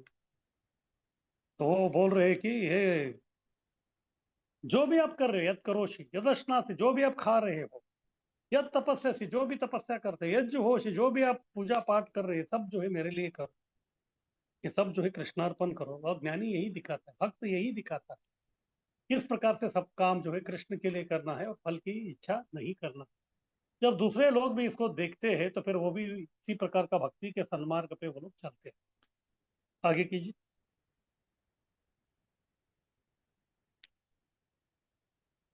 श्लोक 26। ज्ञानी अज्ञानी का मार्गदर्शन करता है। इस प्रकार से ज्ञानी खुद जो है सही मार्ग में जाकर दूसरे लोगों को भी दर्शाता है कि किस प्रकार से सही मार्ग में चलना है। न बुद्धिर्भेदम जनयेद ज्ञानाम अज्ञानाम कर्म संगिनाम जोशयेत सर्वकर्माणि विद्वान युक्त समाचरन। न बुद्धि भेदम जनयेत। बुद्धि भेदम, बुद्धि भेद यानी कि जिसके पास जो है बुद्धि से वो काम नहीं करता ना। जन ये जिस प्रकार के जो लोग हैं, और वो लोग क्या करते हैं, अज्ञानाम, वो लोग अज्ञानी है इसलिए जो है बुद्धि का भेद नहीं करते। और कौन है वो, कर्म संगी नाम। कर्म संग यानी कि कर्म के फल के प्रति जो है लोग आसक्त हैं। इस प्रकार के लोगों को जो शेष सर्वकर्माणी, इस प्रकार से जो काम करने वाले जो लोग हैं उनको विद्वान युक्त समाचरण, तो विद्वान लोग क्या करते हैं, युक्त यानी कि योग्य आचरण कैसा करना है वो दिखाते हैं। यानी कि ज्ञानी जो है अज्ञानी का मार्गदर्शन करता है, फिर सिखाता है कि किस प्रकार से अच्छे मार्ग पे अच्छे काम करना है। आगे कीजिए।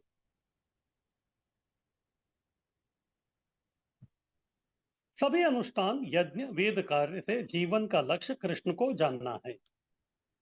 तो अगर कोई व्यक्ति जो है कोई अनुष्ठान कर रहा है, पूजा पाठ कर रहा है, वो कृष्ण को अर्पण होना चाहिए। अगर यज्ञ कर रहा है तो यज्ञ का यज्ञ पुरुष जो असलियत में वो कृष्ण ही है, उनको करना है। या कोई वेदोक्त कार्य कर रहा है तो उसमें भी जो है कृष्ण के लिए करना है। इस प्रकार से कभी प्रकार का जो अलग अलग प्रकार के जो कर्मकांड के जो कार्य है, अगर वो कृष्ण के लिए करेगा तो फिर वो कृष्ण का कर्मकांड का जो कार्य है वो कर्म योग बनेगा। इस प्रकार से वो व्यक्ति जीवन का लक्ष्य कृष्ण को जान लेता है। यानी कि काम कर रहा है लेकिन कृष्ण के लिए कर रहा है। बद्धात्मा भोग करता है।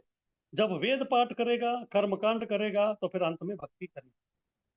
तो बद्धात्मा का उत्थान यानी कि प्रगति कैसे होगा, क्योंकि वो बद्धात्मा है, उसको ज्ञान नहीं है, तो इसीलिए जो है वो जो कर्म करेगा वो जो है केवल भोग के लिए कर्म करेगा। भोग के इच्छा से जो है वो अलग अलग प्रकार का वो कर्म करेगा।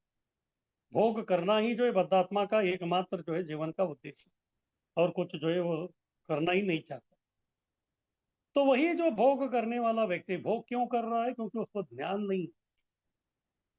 उसको भोग का मतलब इधर स्वार्थ, हो स्वार्थ क्यों कर रहा है, क्योंकि उसको ज्ञान नहीं। लेकिन जब उसको ज्ञान मिलेगा कहाँ से, वेदों से। जब वो व्यक्ति वेद पाठ करेगा तो फिर उसको समझ में आएगा कि उसको कौन सा काम करना है। फिर तभी वो कर्मकांड करेगा पहले।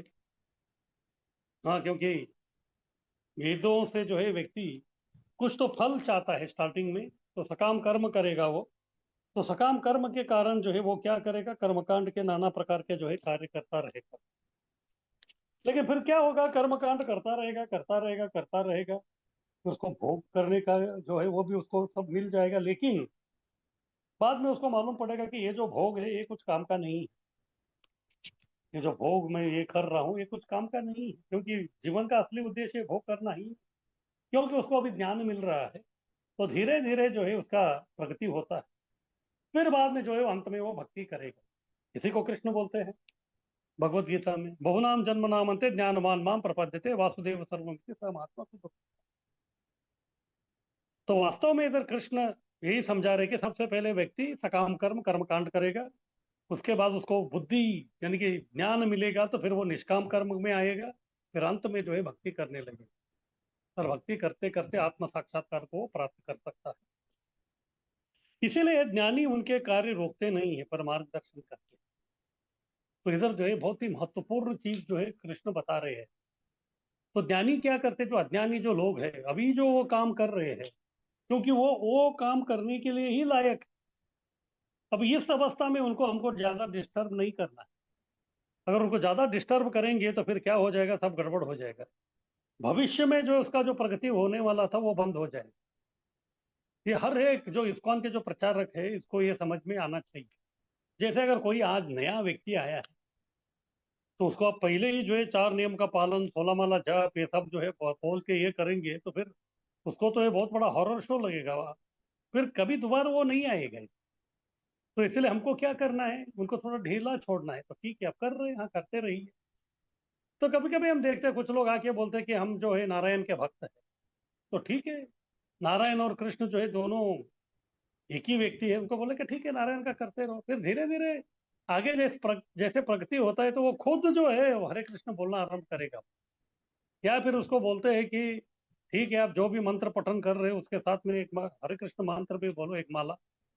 धीरे धीरे उसको जो है लेके आना पड़ेगा। यही जो है काम प्रभुपाद जी ने किया।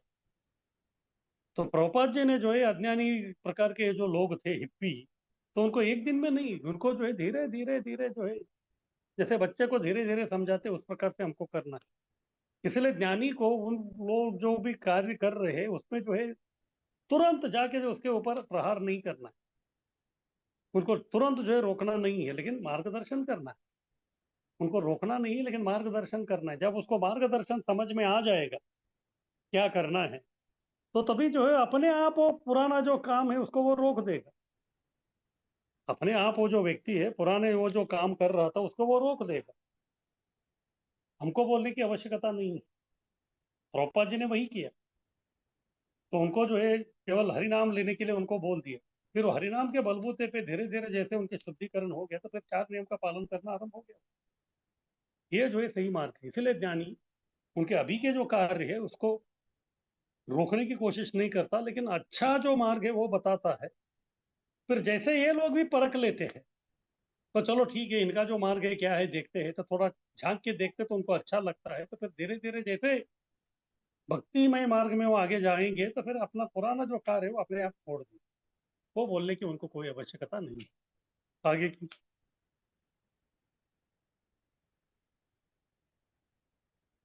तो आगे 27 से 35, आसक्त को कैसे प्रचार करें, ये बहुत महत्वपूर्ण है। तो किसी का कुछ प्रश्न है तो पूछ सकते हैं।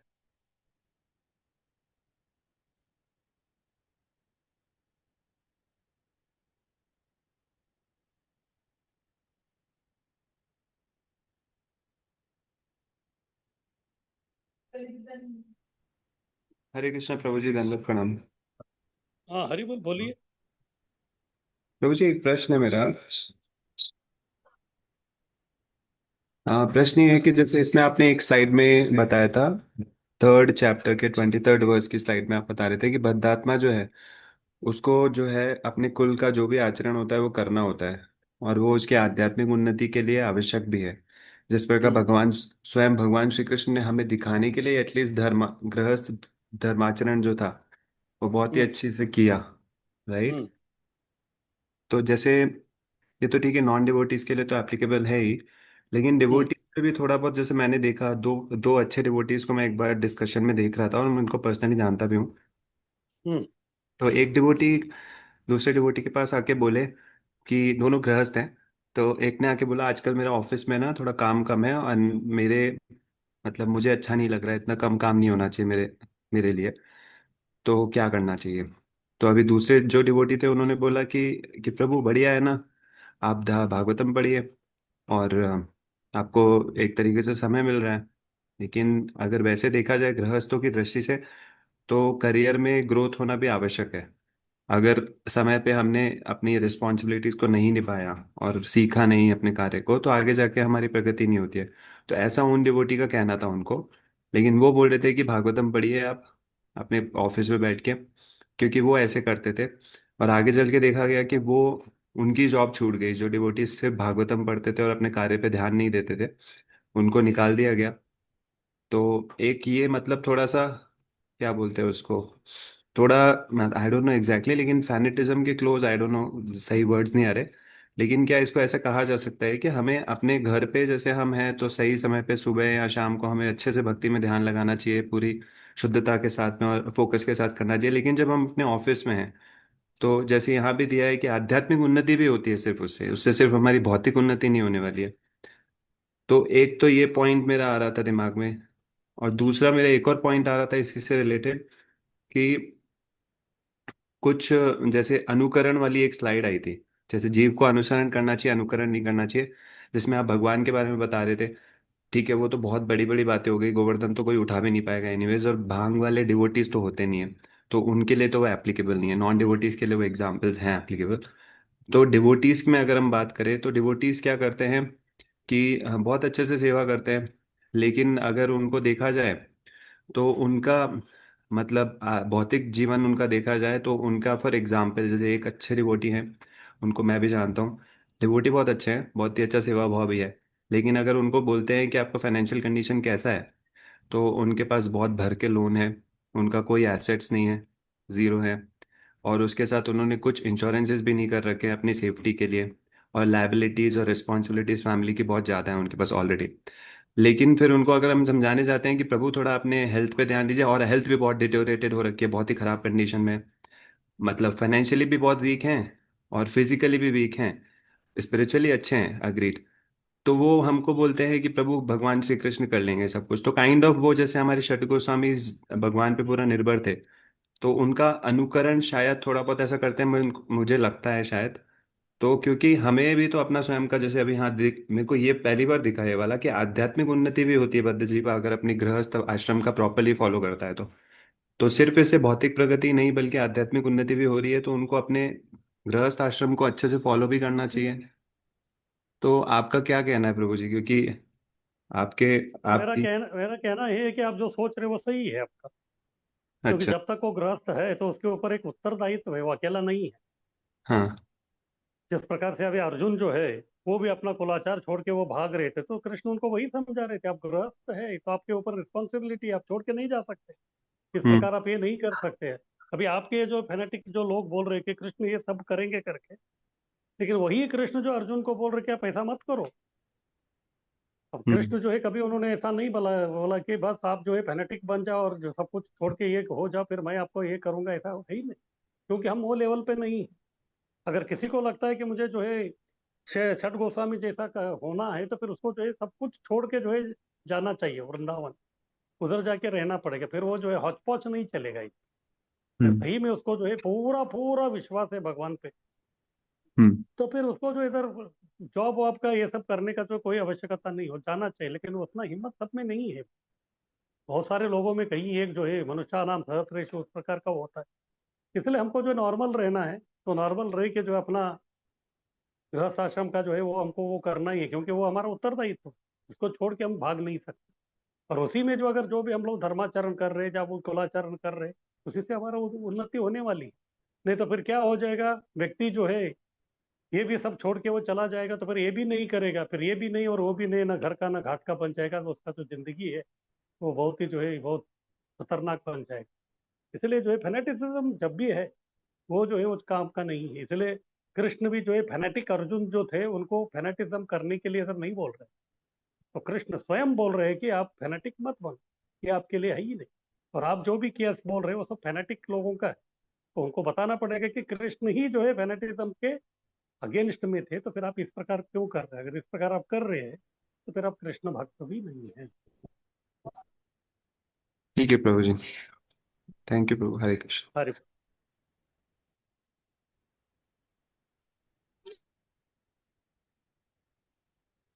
और किसी का कुछ प्रश्न?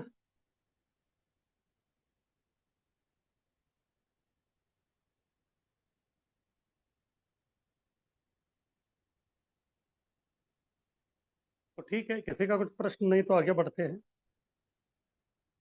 अब ये जो सेक्शन है ये बहुत ही महत्वपूर्ण है। इधर बता रहे हैं कि आसक्त को कैसे प्रचार करें। जो अनासक्त है, यानी कि जो ऑलरेडी जो है भौतिक जो दुनिया है उसमें वो अनासक्त हो गया है, उस व्यक्ति को प्रचार करना बहुत आसान है। क्यों? क्योंकि वो ऑलरेडी जो है इस भौतिक दुनिया से जो है उसका कोई लेना देना नहीं है, तो उसको जो है केवल आध्यात्मिक मार्गदर्शन हमको देना है, वो देख के वो व्यक्ति आगे चले। लेकिन जो व्यक्ति अभी भी जो है भौतिकता में जो है पूर्ण रूप से वो आसक्त है, तो उसको जो है किस प्रकार से प्रचार करना। क्योंकि अर्जुन की स्थिति वो भी वैसे ही थे, वो भी आसक्त हो गए थे किसके प्रति, युद्ध नहीं करने के प्रति। तो इस प्रकार का व्यक्ति को जो है अभी कृष्ण को जो है प्रचार करना है, उसको जो है तैयार करना है। तो इस प्रकार के लोग हमारे जीवन में आते हैं, तो फिर इस प्रकार के आसक्त जो लोग हैं उनको किस प्रकार से प्रचार करना उसके बारे में भी कृष्ण बता रहे हैं। आगे कीजिए। तो श्लोक 27, अहंकार वश सोचता है कि मैं करता हूं। ये आसक्ति का मूल कारण क्या है वो अभी कृष्ण इधर बता रहे हैं। आसक्ति का मूल कारण है मैं और मेरा, आई एंड माइन।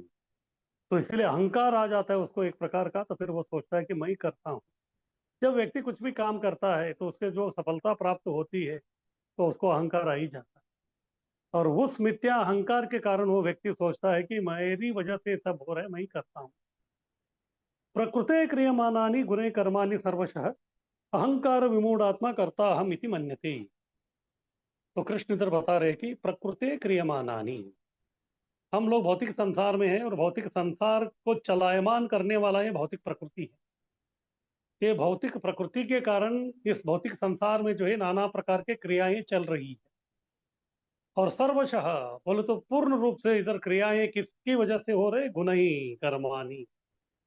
प्रकृति के जो तीन गुण है, सत्वगुण रजोगुण तमोगुण, उनके कारण ही जो है इस भौतिक संसार में भौतिक क्रियाएं जो है वो सब हो रहे हैं।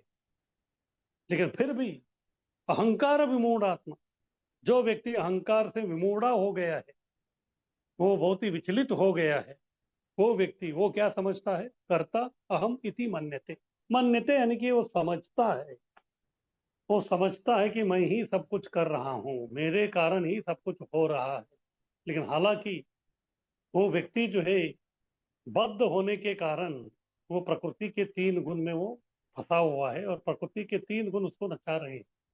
जैसे आपने बीबीटी का ये जो भगवत गीता का किताब में देखा होगा, तो एक बद्ध जीव है और तीन जो है ऊपर जो देवियां हैं, वो जो है जैसे कठपुतली के जो धागे जैसे जो नचाते हैं ना, उस प्रकार से वो नचा रहे हैं। तो एक देवी सत्वगुण, एक रजोगुण और तमोगुण है, उससे जो है व्यक्ति नाच रहा है, लेकिन उसको लगता है कि मैं ही ये सब कर रहा हूँ। तो इस कारण से जो है वो व्यक्ति और आसक्त हो जाता है उसको। प्रकृति के गुण के कारण वो काम कर रहा है, लेकिन वो समझता है कि मेरे कारण हो रहा है, तो फिर वो जो उसने काम किया है उसके फल के प्रति वो आसक्त हो जाता है और अगली बार जो है वो उसी काम करने के लिए उसके आसक्ति और बढ़ जाती है। इस प्रकार से बार बार वो भौतिक कर्म करने में आसक्त हो जाता है। आगे कीजिए।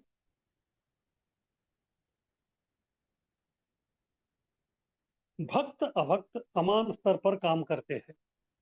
समान स्तर पर, समान का मतलब इधर है कि उसी प्रकार के काम करते हैं। जैसे मैं इसके पहले भी बताया था कि तो भक्त भी जो है नौकरी करता है, अभक्त भी नौकरी करता है, भक्त भी खाता है अभक्त भी खाता है, दोनों जो है सोते हैं, दोनों भी वही करते हैं। इस प्रकार से ये प्रकार का ये समानता है। इस प्रकार से ये लोग जो है समानता के इस लेवल पे जो है वो लगता है बाहरी दृष्टि से कि दोनों समान काम करते हैं। क्या हो गया? स्लाइड आगे चला गया।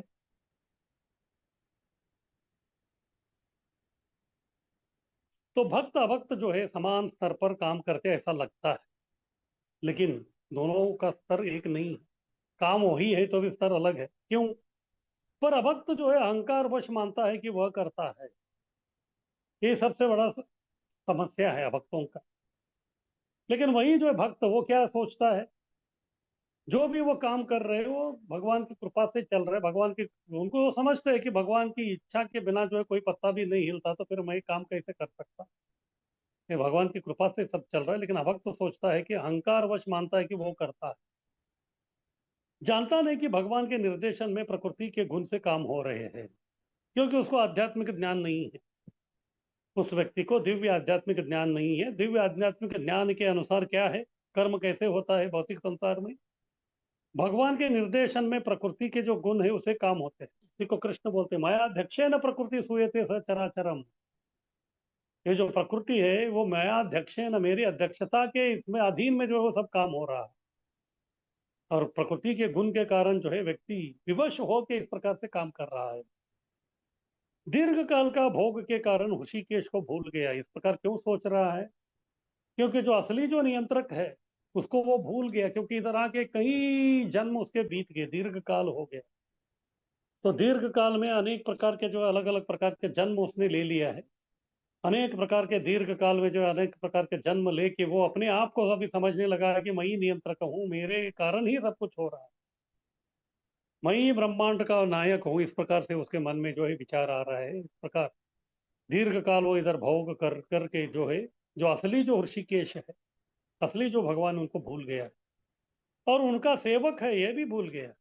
और इतना ही नहीं, स्वामी वो है और मैं सेवक हूँ वो भी भूल गया।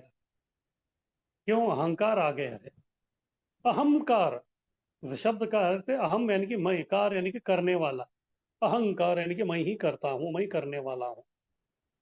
या फिर दूसरा है ममकार। ममकार यानी कि ये मेरा है। ये मेरा है, इस प्रकार से एक अहंकार एक ममकार, ये दो के कारण जो है व्यक्ति अज्ञानी बन जाता है और ज्यादा जो है बद्ध होने लगता है वो। तो इसीलिए भक्त और अभक्त का कार्य एक जैसा लगे तो भी उनके दोनों का जो सोच विचार है वो अलग। वो कार्य करने के लिए भक्त सोचता है कि भगवान की कृपा से हो रहा है, लेकिन अभक्त सोचता है कि ये मैं ही कर रहा हूँ। ये अहंकार के वश में ही जो है वो और आसक्ति को बढ़ाता है। और भक्त जो है भगवान की कृपा से हो रहा है करके वो अनासक्त भाव से करके आसक्ति को कम कर लेता है। आगे कीजिए।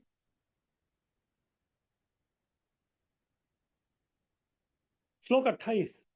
भक्त भोग नहीं करता, क्योंकि भक्त को भोग करने की कोई आवश्यकता, क्योंकि उनको मालूम है कि असली भोक्ता तो भगवान है। असली भोक्ता जब भगवान है तो फिर वो कैसे भोग कर सकता है। इधर भोग का मतलब उसका स्वार्थ। वो अपने स्वार्थ के लिए कुछ नहीं करता, सब कुछ परमार्थ भगवान के लिए करता है। तत्ववित्तु महाबाहो गुणकर्म विभागयो गुणा गुणेशु वर्तन्त इति मत्वा न सज्जते। ये जो भक्त है बहुत बड़े ज्ञानी है, असली ज्ञान असली कर्म किस प्रकार से होता है उसको मालूम है।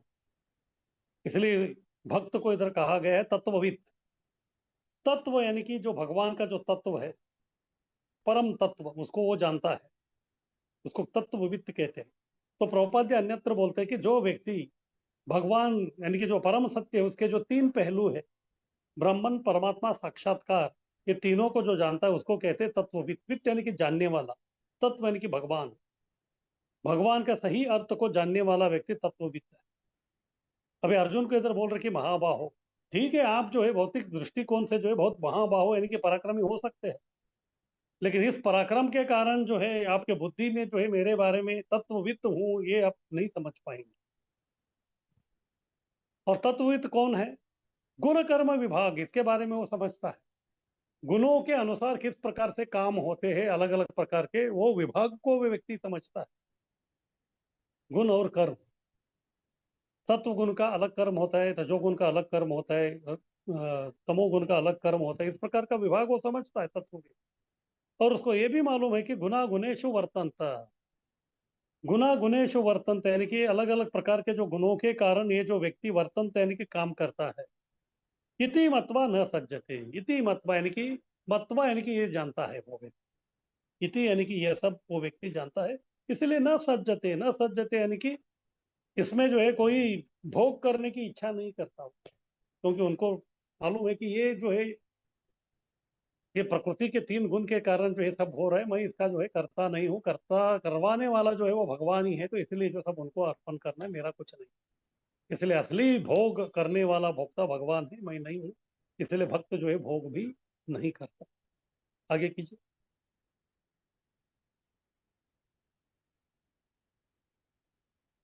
परम सत्य को जानने वाला जानता है कि, जैसे मैं बताया परम सत्य को जानने वाला यानी कि तत्वविद, जो परम सत्य का तीनों इसको जानता है, ब्रह्मन परमात्मा और भगवान। परम सत्य को जानने वाला जानता है, क्या जानता है? भौतिक संग में अपनी विषम स्थिति क्या है। उनको मालूम है गलती से वो इस भौतिक संसार में आ गया है, गलती से वो व्यक्ति इस भौतिक संसार में आया है, तो फिर बहुत ही विषम स्थिति में है वो व्यक्ति। विषम यानी कि बहुत ही जो है दुर्भाग्यपूर्ण स्थिति में वो है। वो अपनी उस स्थिति के बारे में वो अच्छी तरह भली भांति जो है वो जानता है। और ये भी वो जानता है मैं कृष्ण का अंश हूँ। अभी इधर से निकलना है उसको भौतिक संग से, तो इसके लिए कुछ मार्ग चाहिए उसको, तो फिर वो मार्ग क्या है? वो समझता है कि मैं कृष्ण का अंश हूँ। और इसी को कृष्ण भगवद गीता में बोलते हैं ममे मांसो जीव लोके जीव भूत सनातन, या फिर हम सर्वस्व प्रभु, सब कुछ जो उन्हीं से उद्भूत हुआ है। इस प्रकार वो समझता है, असली ज्ञान उसको मालूम होता है कि मैं कृष्ण का अंश हूँ और मेरा स्थान भौतिक संसार में नहीं है, मैं इधर गलती से आ गया हूँ। तो कभी कभी होता है कुछ लोग जो है कुछ सरकारी काम हो या फिर अपने दफ्तर का काम के लिए जो किधर तो जाते हैं, उधर काम करने के लिए उनको भेजा जाता है, और तभी उनको बहुत सारा 5 स्टार 7 स्टार होटल में उनको रुकाया जाता है। लेकिन असलियत में वो व्यक्ति अगर सही में ज्ञानी है तो फिर वो समझता है कि मैं इधर हूँ लेकिन ये मेरा नहीं है ये होटल, या ये होटल जो मेरा स्थान नहीं है, ये मेरा निवास नहीं है। मेरा निवास तो मेरा घर है, भले ही वो इतना ऑप्युलेंट या इतना ऐश्वर्यशाली नहीं हो, लेकिन ये जो है ये मेरा घर नहीं है। ये वो समझता है। इसी प्रकार से ये जो भौतिक संसार है कितना ही भी जो है अच्छा अच्छा क्यों ना लगे, लेकिन जो व्यक्ति समझता है कि मैं कृष्ण का अंश हूँ और वो भक्ति करता है, तो वो ये भी जानता है कि ये भौतिक स्थान जो है, ये मेरा असली स्थान, मेरा निवास इस भौतिक संसार में नहीं, क्योंकि मैं आध्यात्मिक हूँ। मैं आध्यात्मिक होने के कारण मेरा निवास जो है आध्यात्मिक लोक में ही होना चाहिए। इधर मैं गलती से आ गया हूँ, भले ही अच्छा लग रहा है लेकिन ये सही नहीं है, ये वो समझता है। इसीलिए वह केवल भक्ति करता है और भौतिक कार्य नहीं। इसीलिए उसको मालूम हो गया है कि इधर मेरा घर नहीं है, मेरा घर उधर है, तो फिर उसको क्या करना पड़ेगा। अगर मान लीजिए कोई व्यक्ति अमेरिका गया है पैसा कमाने के लिए, और दुर्भाग्यवश उसका सब पैसा जो है पूरा चोरी हो गया, कुछ तो हो गया, जो कमाने के लिए आया था वो पूरा गंवा दिया, और ऊपर से उसको मालूम हो रहा है कि उसके वीसा जो है वो केवल 3 दिन का है। फिर वो तभी क्या करेगा, वो जो है अच्छी तरह कुछ तो कमा ही करेगा, कितना, जितना जो है घर वापस जाने के लिए टिकट के लिए जितना पैसा चाहिए उतना वो कमाए, उतना उसको वो करना रहता है। तो इसी प्रकार से इधर भौतिक संसार में जो है लोग, यानी कि जो भक्त है, अलग अलग प्रकार का वो काम किया, लेकिन उसको मालूम है कि ये मेरा घर नहीं है, उसको घर वापस जाना है, यानी कि भगवत धाम। तो उसके लिए क्या करना है, उसके लिए उसको एक ही काम करना है, वो है भक्ति। इसलिए वो केवल भौतिक काम न करते हुए केवल भक्ति करता है, क्योंकि उसको मालूम है इसी से मैं मेरा मूल निवास जो है मेरा, मैं उधर जा सकता हूँ। वो भगवान के 3 अनुभूति जानने वाला तत्ववित्त बनता है। 3 अनुभूति यानी कि ब्राह्मण साक्षात्कार, परमात्मा साक्षात्कार और भगवान साक्षात्कार। ये व्यक्ति तीनों भक्ति के बलबूते समझ जाता है, फिर उस व्यक्ति को कहा जाता है तत्ववित्त। वो तत्ववित्त जो है परम सत्य को वो जानने वाला सही व्यक्ति है। आगे की,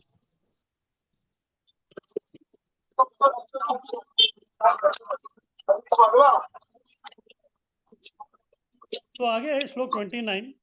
ज्ञानी अज्ञानी का उत्साह भंग नहीं करता। तो जैसे मैं बता रहा था कि अज्ञानी जो है उसका एक लेवल है। जैसे आप, हम अपने बारे में सोच सकते हैं, जब हम लोग पहली बार जो है इस्कॉन में आए थे, हाँ पहली बार जो है हम लोग भक्ति में आए थे, तो तभी भी हम भी वैसे ही थे, ऐसा नहीं कि हम शुद्ध भक्त थे। तो तभी जो है हमारे इसमें भी जो है बहुत सारा जो है अवगुण थे, दुर्गुण थे, अलग अलग प्रकार के, जो नहीं करना चाहिए तो उस प्रकार का कार्य हम लोग करते थे। तो तभी जो अगर भक्त लोग जो हमको भी जो है हमारा उत्साह को कम कर लेते, अरे तुम तो इतना गिरा हुआ है तो भक्ति करने के लिए लायक ही नहीं, इस प्रकार वो अगर बोलते थे, तो फिर जो है हम कभी जो है भक्ति में आगे बढ़ते ही नहीं थे। तो इसी प्रकार से जो ज्ञानी है, जो अज्ञानी व्यक्ति है, उत्साह उसका जो है उत्साह भंग नहीं करते, उसको हौसला देते रहते हैं, हाँ ठीक है, करते रहो करते रहो करते रहो। जैसे अगर कोई व्यक्ति जो है स्विमिंग सीखना चाहता है पहली बार, तो फिर तभी जो है उसका को हौसला देना पड़ता है, अरे मैं हूँ, अब चिंता मत करो, मैं पीछे ही हूँ। जब उसको लगता है कि पीछे मेरा रखवाली करने के लिए कोई है, तो फिर जो है वो प्रयास करता है। या फिर अगर किसी को साइकिल सीखना है, तो फिर सिखाने वाला जो है वो बोलता है, अरे मैं पीछे हैंडल पकड़ा हूँ, तो चिंता मत कर, तो गिरने वाला नहीं है। जब वो आश्वस्त हो जाता है कि मेरे मुझे संरक्षण करने वाला कोई व्यक्ति है, तो फिर वो जो है सीखने का प्रयास करता है। तो इसी प्रकार से जो है ज्ञानी अज्ञानी का जो भी जो उत्साह है, थोड़ा भी जो भक्ति करने का उत्साह, वो कभी भंग नहीं करते, बहुत महत्वपूर्ण है। तो इसी को जो हमको जो इस्कॉन में सीखना है, जब कोई नया व्यक्ति आता है तो फिर उसका उसका उत्साह भंग नहीं करना है। किस प्रकार से उत्साह, उसका जो उत्साह है उसको भक्ति में ही करना है, ये एक बहुत बड़ा कला है। ये अगर हम सीख लिया तो फिर जो है हर कोई व्यक्ति को हम लोग भक्ति में लेके आ सकते हैं। प्रकृतेर गुण सम्मूढ़ा सज्जन्ते गुण कर्मसु तान कृत्य विदो मंदान कृष्ण विन्न विचालयेत। प्रकृतेर गुण सम्मूढ़ा, जो अज्ञानी है, जो अज्ञानी क्यों है, वो सम्मूढ़ा है। मूढ़ यानी कि मूर्ख व्यक्ति, सम्मूढ़ यानी कि पूर्ण रूप से वो मूर्ख है। क्यों, प्रकृतेर गुणे सम्मूढ़, उसको मूढ़ यानी कि मूर्ख कौन बनाया है, प्रकृति के 3 गुण में वो फंस के जो है मूढ़ बन गया है। तो उससे क्या होता है, सज्जनते गुण कर्म, तो फिर वो व्यक्ति क्या करता है, जो गुण में वो है उस प्रकार का कर्म वो करता रहता है, उस प्रकार का वो कर्म करने के लिए वो बाध्य हो गया है, वो करना करता रहता है। तान कृष्ण विदो, तान यानी कि वो जो व्यक्ति है, कृष्ण विदो यानी कि उसको जो है समझाना है, क्या, मंदान कृष्ण विन्न विचालही, तो उसको जो है वो विचलित हो रहा है, लेकिन हम उसको बताने का है कि बस बस करते रहो, ज्यादा विचलित नहीं हो। बस आप करते रहो, विचलित मत। यानी कि उसको ये आश्वासन हम दे रहे हैं कि आप करो, आपके पीछे हम लोग हैं, करते रहो। फिर धीरे धीरे उसको जब हौसला आता है तो फिर बाद में हम उसको अच्छी तरह जो है भक्ति के मार्ग में हमको लेके आ जाते हैं। इस प्रकार से ज्ञानी जो है अज्ञानी का कभी उत्साह भंग नहीं करता, क्योंकि वो व्यक्ति जो है वो अज्ञानी है, उसको समझ में नहीं आ रहा। जैसे बच्चा नादान है, उसको समझ में नहीं आता। अगर बच्चा जो कोई नादानी करता है तो उसको मार के कुछ मतलब नहीं है। तो उसको जो है बस थोड़ा शांत करके जो उसको अच्छे कार्य में उसको लगाना चाहिए, तब जाके जो है उसका प्रगति हो सकता है। इसी प्रकार से ज्ञानी अज्ञानी का जो हौसला है उसको भंग नहीं करता, हौसला को रख के उस हौसले को भक्तिमय करने का कोशिश करता है। आगे कीजिए। तो अज्ञानी सोचते हैं कि मैं शरीर हूँ। वो अज्ञानी क्यों है? क्योंकि असली हकीकत उसको मालूम नहीं कि वो कौन है। वो सोच रहा है कि वो शरीर है, लेकिन असलियत में वो शरीर नहीं है। क्योंकि वो सोच रहा है कि वो शरीर है, तो इसीलिए सब कार्य वो शरीर के बारे में ही कर रहा है, शारीरिक कार्य ही कर रहा है, शरीर को तुष्ट करने के लिए ही वो कर रहा है, अपने स्वार्थ के लिए ही वो काम कर रहा है। इसलिए शरीर संबंधी लोग स्वजन है और जन्मभूमि पूजनीय है, इस प्रकार से वो सोचता है। उसका जो भी संबंध, जो भी काम है, वो शरीर के संबंध में ही है। और ये मैं शरीर हूँ, वो समझ गया मैं आत्मा नहीं हूँ, मैं शरीर हूँ। तो इस शरीर से जो संबंधित जो लोग हैं वो मेरे स्वजन यानी कि मेरा रिश्तेदार है। और ये जो जन्मभूमि यानी कि जहाँ ये मेरा शरीर निर्माण हो गया है, तो ये ही पूजनीय है, इससे बढ़कर जो और कुछ है ही नहीं। ऐसे संस्कृत में सुभाषित भी है, जननी जन्मभूमिश्च स्वर्गादपि गरीयसी। तो इस प्रकार के लोगों को जो है, जो जन्मभूमि है वो स्वर्ग से भी जो है बढ़कर है। हाँ, देशभक्ति के लिए इस प्रकार का वो ठीक है, लेकिन आध्यात्मिक दृष्टिकोण से देखा जाए तो इस प्रकार का जो विचार है वो कुछ काम का नहीं है। और जब तक व्यक्ति इस प्रकार का विचार रखेगा वो अज्ञानी ही रहेगा, क्योंकि उसको असली ज्ञान मालूम नहीं है, क्योंकि वो अपने आप को गलत समझ रहा है कि अपने आप को शरीर समझ रहा है। जब व्यक्ति को जन्मभूमि पूजनीय हो जाता है, शरीर पूजनीय हो जाता है, सब कुछ उसका शरीर से संबंधित है, तो फिर उसके विचार क्या होता है? उसके विचार जो है राष्ट्रवाद और परोपकारवाद में आते हैं, और उसमें वो फंस जाता है। जब उसको लगता है कि ये देश बहुत पूजनीय है क्योंकि मैं इधर जन्म लिया है, तो इसलिए उस राष्ट्र के लिए वो कुछ भी करने के लिए तैयार हो जाता है, फिर वो है राष्ट्रवाद। या फिर कुछ लोग जो है, चलो मैं शरीर हूँ, दूसरे लोगों का जो शरीर है उनका भलाई के लिए मुझे कुछ करना है, तो फिर वो होता है परोपकारवाद। वो होता है परोपकारवाद। लेकिन राष्ट्रवाद और परोपकारवाद जो है वो आध्यात्मिक नहीं, वो सब भौतिकता का ही विस्तारित अंश है। और ये लोगों को भक्ति में रुचि नहीं है, अज्ञानी। इस प्रकार से हम लोग देखते तो बहुत सारे जो है समाज में बहुत ही अच्छे लोग हैं, लोगों की भलाई के लिए जो नाना प्रकार के जो है वो कार्य करते, सब कुछ करते हैं, लेकिन उनको आध्यात्मिक ज्ञान नहीं है। आध्यात्मिक ज्ञान न होने के कारण वो लोग जो है लोगों को भक्ति में लेके नहीं आ सकते। अरे भक्ति में कैसे लेके आएंगे? उनको ही भक्ति के बारे में मालूम नहीं। जब उन लोगों को भक्ति के बारे में मालूम खुद नहीं है, तो फिर वो दूसरों को भक्ति में कैसे लेके आ सकते? तो वो हो ही नहीं सकता। इस प्रकार से ये लोग जो है राष्ट्रवाद परोपकारवाद इसमें जो है वो फंस जाते हैं, और भक्ति में रुचि उनको बिल्कुल वो नहीं है। और ये सब का मूल कारण है वो अपने आप को शरीर समझते हैं। जब तक वो अपने आप को आत्मा समझ के आत्म साक्षात्कार के मार्ग पे अग्रसर नहीं होते, तब तक अज्ञान में ही रहेगी। और यही स्थिति अर्जुन की हो गई थी। जब तक वो अपने आप को जो है शरीर समझेंगे, तब तक विषाद में ही रहेंगे। जब वो शरीर का जो भावना है उससे वो जब वो ऊपर उठेंगे, तो आत्म साक्षात्कार के मार्ग में वो चलने लगेंगे। आगे कीजिए।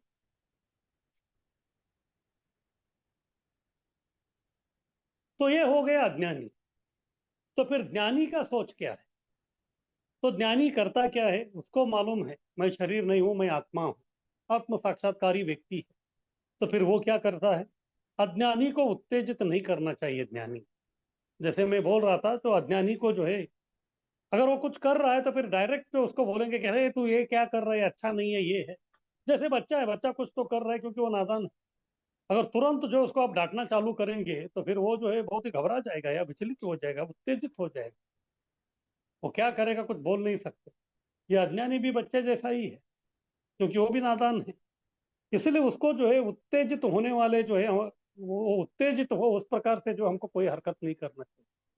न उसको उत्तेजित करने के लिए कुछ बोलना चाहिए, न उस प्रकार का काम करने के लिए उसको जो है हमको उत्तेजित करना, ये सही नहीं है। पर भक्त इतने दयालु है कि संकट झेल कर भी अज्ञानी को मार्गदर्शन करते हैं। तो ज्ञानी को मालूम है ये जो अज्ञानी है ये भक्ति के बारे में कुछ नहीं समझता। तो फिर भक्ति के बारे में कुछ नहीं समझता, उसको कोई उसमें इच्छा नहीं है करके भक्त क्या उसको छोड़ देगा? नहीं। उनको मालूम है ये इतना आसान नहीं है। ये जो है जान में जोखिम डालने जैसा है। ये व्यक्ति अज्ञानी जो है, मैं अगर उसको अच्छी बात बोलने के लिए जाऊंगा तो फिर वो व्यक्ति जो है मेरे ऊपर प्रहार करके मुझे जो है मार भी सकता है। मेरे ऊपर जो है मारणांतिक जो है हमला भी वो कर सकता है। लेकिन ये सब जो है वो भक्त जो है इतना दयालु है कि इस प्रकार का संकट आ गया तो भी वो सब झेल के जो है इनको जो है मार्गदर्शन करने में वो तुला हुआ। इस प्रकार करने से जो है कोई एक माया के बंधन में जकड़ा हुआ जो अज्ञानी है उसको हम लोग छुड़ा सकते हैं, इतना आसान नहीं है। इसलिए भक्ति सिद्धांत सरस्वती ठाकुर बोलते थे कि एक व्यक्ति जो है बद्ध जीव, उसको भक्त बनाने के लिए मुझे जो है गैलन्स ऑफ ब्लड, बहुत सारा जो है रक्त मुझे बहाना पड़ेगा, खर्चा करना पड़ेगा, तब जाके जो एक व्यक्ति भक्त बन सकता है, इतना आसान नहीं है। और हम देखते हैं जैसे नित्यानंद प्रभु थे, जगाए मदाए, उनको मालूम था ये अज्ञानी है, ये जो है बहुत ही दुष्कर्म करने वाले लोग हैं। उनको मालूम था इनको जाके कुछ अच्छे बोलेंगे तो ये हमारे ऊपर अटैक कर सकते हैं। फिर भी उनको जाके बोल दिया कि बस कृष्ण माता, कृष्ण पिता, कृष्ण धन प्राण, एक बार आप हरिनाम ले लो करके उनको बोल दी। जगाए तो इतना उन्मत्त था, वो कुछ नहीं किया, लेकिन मधाई जो है हाथ में जो मटका था उससे जो है नित्यानंद प्रभु का उन्होंने माता फोड़ दी। इतना होने के बाद भी जो है नित्यानंद प्रभु उनके ऊपर दयालुता दिखा रहे। जब चैतन्य महाप्रभु आके उनका संहार करने के लिए सुदर्शन चक्र का आह्वान किया तो उन्होंने बोला कि नहीं भगवान, इस प्रकार इनके ऊपर चक्र मत दिखाइए, इनके ऊपर आप दया दिखाइए। तो इस प्रकार से जो है ज्ञानी अज्ञानी को उत्तेजित नहीं करता। और जितना भी संकट आ गया तो भी वो इतना दयालु है कि अज्ञानी को मार्गदर्शन करने के लिए ठान लिया है, तो फिर उनका मार्गदर्शन करके ही रहेगा। आगे कीजिए।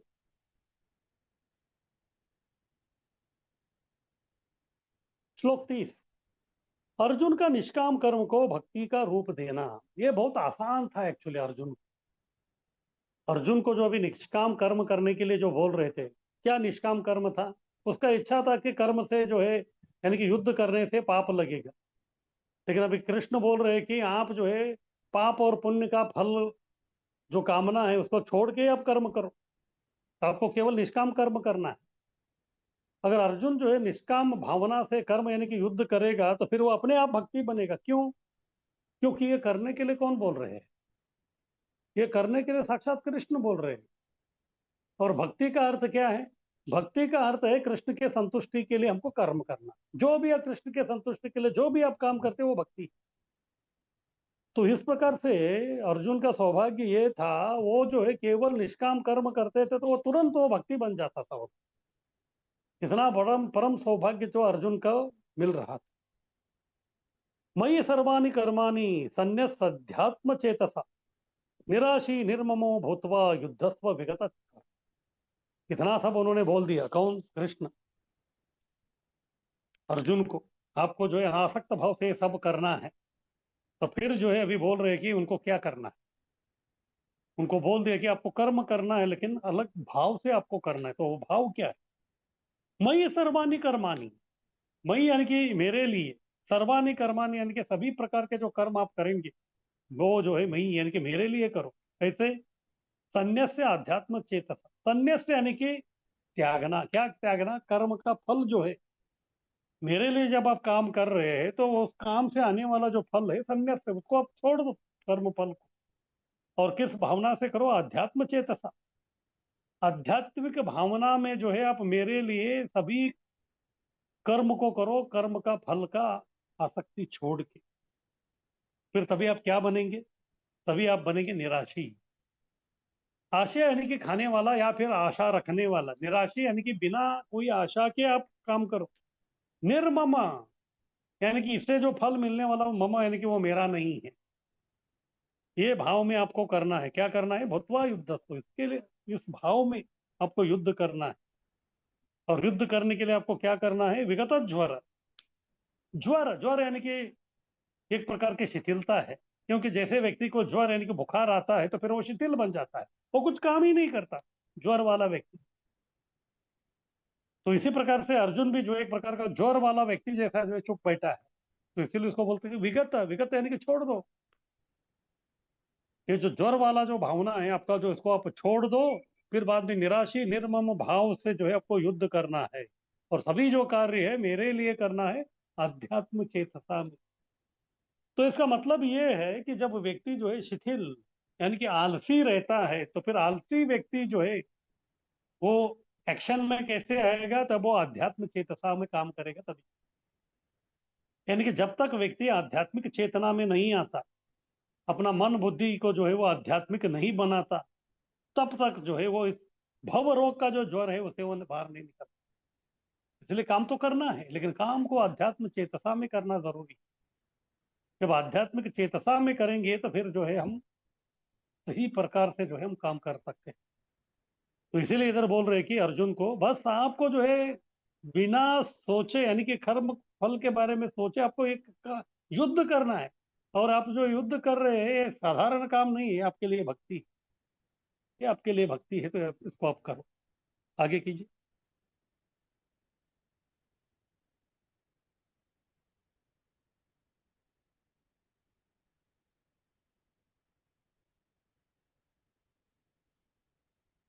तो कृष्ण कहे सब कर्म मुझे अर्पण करके। हाँ, तो कृष्ण बोल रहे कि जो भी कर्म आप कर रहे हैं, सर्वाणी कर्माणि, वो सब मुझे अर्पण करो। और मेरे पूर्ण ज्ञान युक्त होकर यानी कि अध्यात्म चेतसा। तो आपको जो अध्यात्म चेतसा यानी कि मेरे संपूर्ण ज्ञान से युक्त होकर कर्म करना है, केवल कर्म नहीं करना है। और जो कर्म आप कर रहे हैं उसका लाभ की इच्छा भी छोड़ना है आपको, निराशी।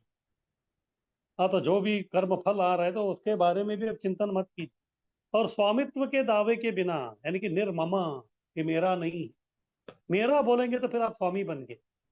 जब आप निर्मम हो गए तो फिर स्वामित्व का दावा आपने छोड़ दिया। फिर बाद में विगत ज्वर यानी कि आलसी न बनकर युद्ध करो। यानी कि कृष्ण अर्जुन को बोल रहे कि आप युद्ध करो, लेकिन युद्ध कैसे करो? ये सब जो है ये लक्षणों से उनको करना है। युद्ध करना है कैसे? कृष्ण को अर्पण समझ के युद्ध करना है। और कृष्ण के पूर्ण ज्ञान युक्त होकर उसको युद्ध करना है। और युद्ध के लाभ है हानि है, वो भावना को छोड़ के उसको युद्ध करना है। और युद्ध मैं ही कर रहा हूं, मैं स्वामी हूं, ये विचार भी छोड़ के उनको करना है। इस प्रकार से जो है जो आलसी अभी बैठे हैं, इस आलसी को छोड़ के उनको युद्ध करना है। इस प्रकार युद्ध करने के लिए कृष्ण ने अर्जुन को आदेश दे रहे हैं। आगे कीजिए।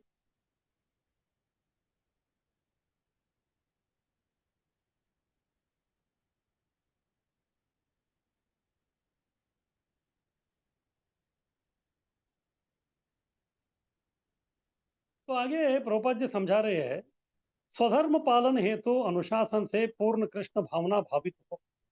तो कृष्ण क्या समझाना चाहते हैं इधर अर्जुन को? स्वधर्म पालन हेतु अर्जुन का स्वधर्म क्या है? इधर स्वधर्म का अर्थ दो होता है। जो जीव है, जीव का एक्चुअली जो स्वधर्म है वो है भक्ति करना। जीव का जो असली जो स्वधर्म है वो भक्ति करना है। लेकिन इधर अर्जुन का स्वधर्म क्या है? वो क्षत्रिय है तो उनको युद्ध करना है। तो और कृष्ण भी जो है उनको उसी स्वधर्म पालन के लिए बोल। तो इस प्रकार का दोनों प्रकार का जो स्वधर्म है वो अर्जुन के लिए एक ही काम है, यानी कि युद्ध करना। युद्ध करना जो है क्षत्रिय होने के कारण उनका वो स्वधर्म है। और युद्ध करने के लिए कृष्ण बोल रहे हैं तो फिर वो भक्तिमय कार्य है, वो भी वो जीवात्मा होने के कारण उनका वो स्वधर्म है। तो इसलिए स्वधर्म पालन उनको करना है, तो उसके लिए अनुशासन से पूर्ण कृष्ण भावना भावित हो। उनको जो है कृष्ण भावना भावित हो के यानी कि अध्यात्म चेतसा में जो है नियमों का पालन करते हुए जो उनको स्वधर्म पालन करना है, ये बहुत महत्वपूर्ण है। यह कष्टप्रद है तो भी जीव कृष्ण दास होने के कारण उनके वचन को निभाना ही होगा।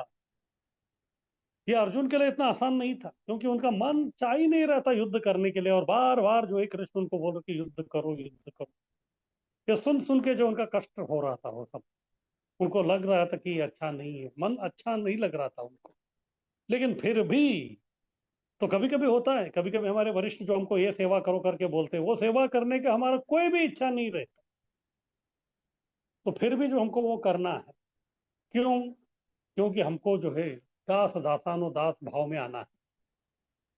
तो इसी प्रकार जो भी सेवा जो अगर वो कष्टप्रद है, तो भी जीव कृष्ण दास होने के कारण, तो कृष्ण के जो वचन है उनको निभाना ही है। अगर हम नहीं निभाएंगे तो फिर वो हम अपराधी बनेंगे और हम दंडित हो जाएंगे। इसीलिए कृष्ण सेनापति जैसा आज्ञा दे रहे हैं। इधर जो है कृष्ण ऐसे नहीं बोल रहे विगत ज्वर, यानी कह रहे आलसी क्यों बन रहे, उठ जाओ। जैसे हम भी बोलते हैं ना, अगर कोई सो रहा है तो फिर उसको, जैसे माँ देखती है कि बच्चा सो रहा है, स्कूल जाने के समय हो गया, तो फिर बोलता है कि क्या सो रहा है, उठ जाओ उठ जाओ, क्या आलसी बन रहे। इसी प्रकार से जो है कृष्ण अर्जुन को बोल रहे क्यों आलसी बन रहे हो, तो आलसी बनने का कोई ये नहीं है आप, बस तुम जो है बस उठ जाओ अभी, बहुत हो गया। इस प्रकार सेनापति जैसा जो है वो उनको आज्ञा दे रहे हैं, ताकि उनको युद्ध के लिए तैयार कर। आगे कीजिए।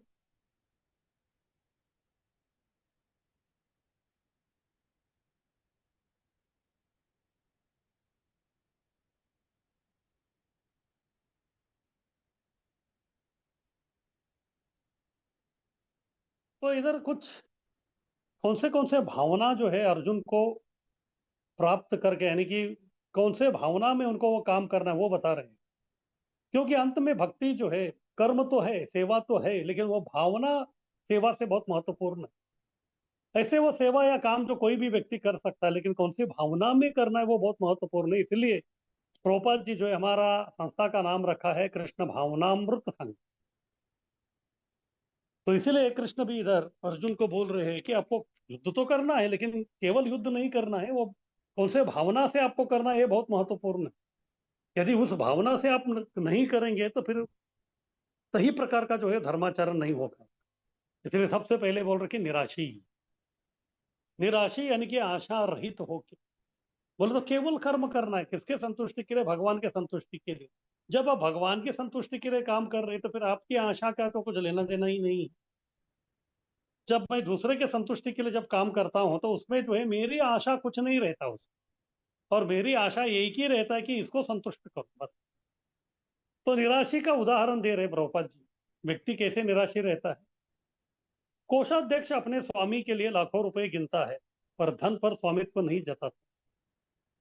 तो आज के जमाने में इसके बारे में बताना है, तो फिर बैंक का जो कैशियर है,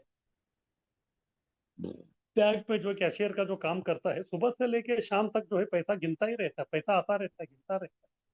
इतना सब पैसा आता है, तो फिर पैसा आया करके वो खुश नहीं होता, पैसा गया करके वो जो है वो दुखी नहीं होता। क्यों? क्योंकि वो पैसा उसका है ही नहीं। ये है निराशी भाव। हाँ, तो इस प्रकार से जो है बैंक के लिए जो है कैशियर बहुत सारा पैसा गिनता है, लेकिन उसके ऊपर अपना स्वामी करे, शाम को इतना लाखों रुपए जमा हो गया करके वो किसी प्रकार का खुशी नहीं होती उसको। क्योंकि उसको मालूम है कि ये पैसा उसका नहीं है, तो ये जो है बस बैंक का है, और उन्होंने मेरे मुझे इस प्रकार का सेवा में लगा है, तो वो सेवा करना है। तो इसी प्रकार से कृष्ण अर्जुन को बोल रहे हैं कि मैंने आपको ये सेवा में लगा रहा हूँ, तो बस सेवा करो आप। इसके ऊपर अपना स्वामित्व का जो है आपको झंडा गाड़ने का कोई आवश्यकता नहीं है। इसी तरह सब कृष्ण का है, सब कुछ जो है, सब हर कण जो है वो भगवान का ही है। मेरा कुछ भी नहीं है, यह भाव रखना होगा। बोलो तो जब भी आप कृष्ण के लिए कोई भी काम करते हैं, तो इसमें इस प्रकार का जो है स्वामित्व भाव, निराशी, इसको जो है हमको निकालना है। यानी कि अंत में पूर्ण पुरुषोत्तम भगवान ही जो है वही जो है स्वामी है, और हम केवल सेवक है। और उनके संतुष्टि के लिए जब हम काम करते हैं, तो फिर उसका काम के फल के बारे में जो हमको चिंता करने की कोई आवश्यकता नहीं। एकमात्र हमारा उद्देश्य होना चाहिए कि इस काम से हम भगवान को संतुष्ट करें। वही स्वामी है और हम सेवक। आगे कीजिए।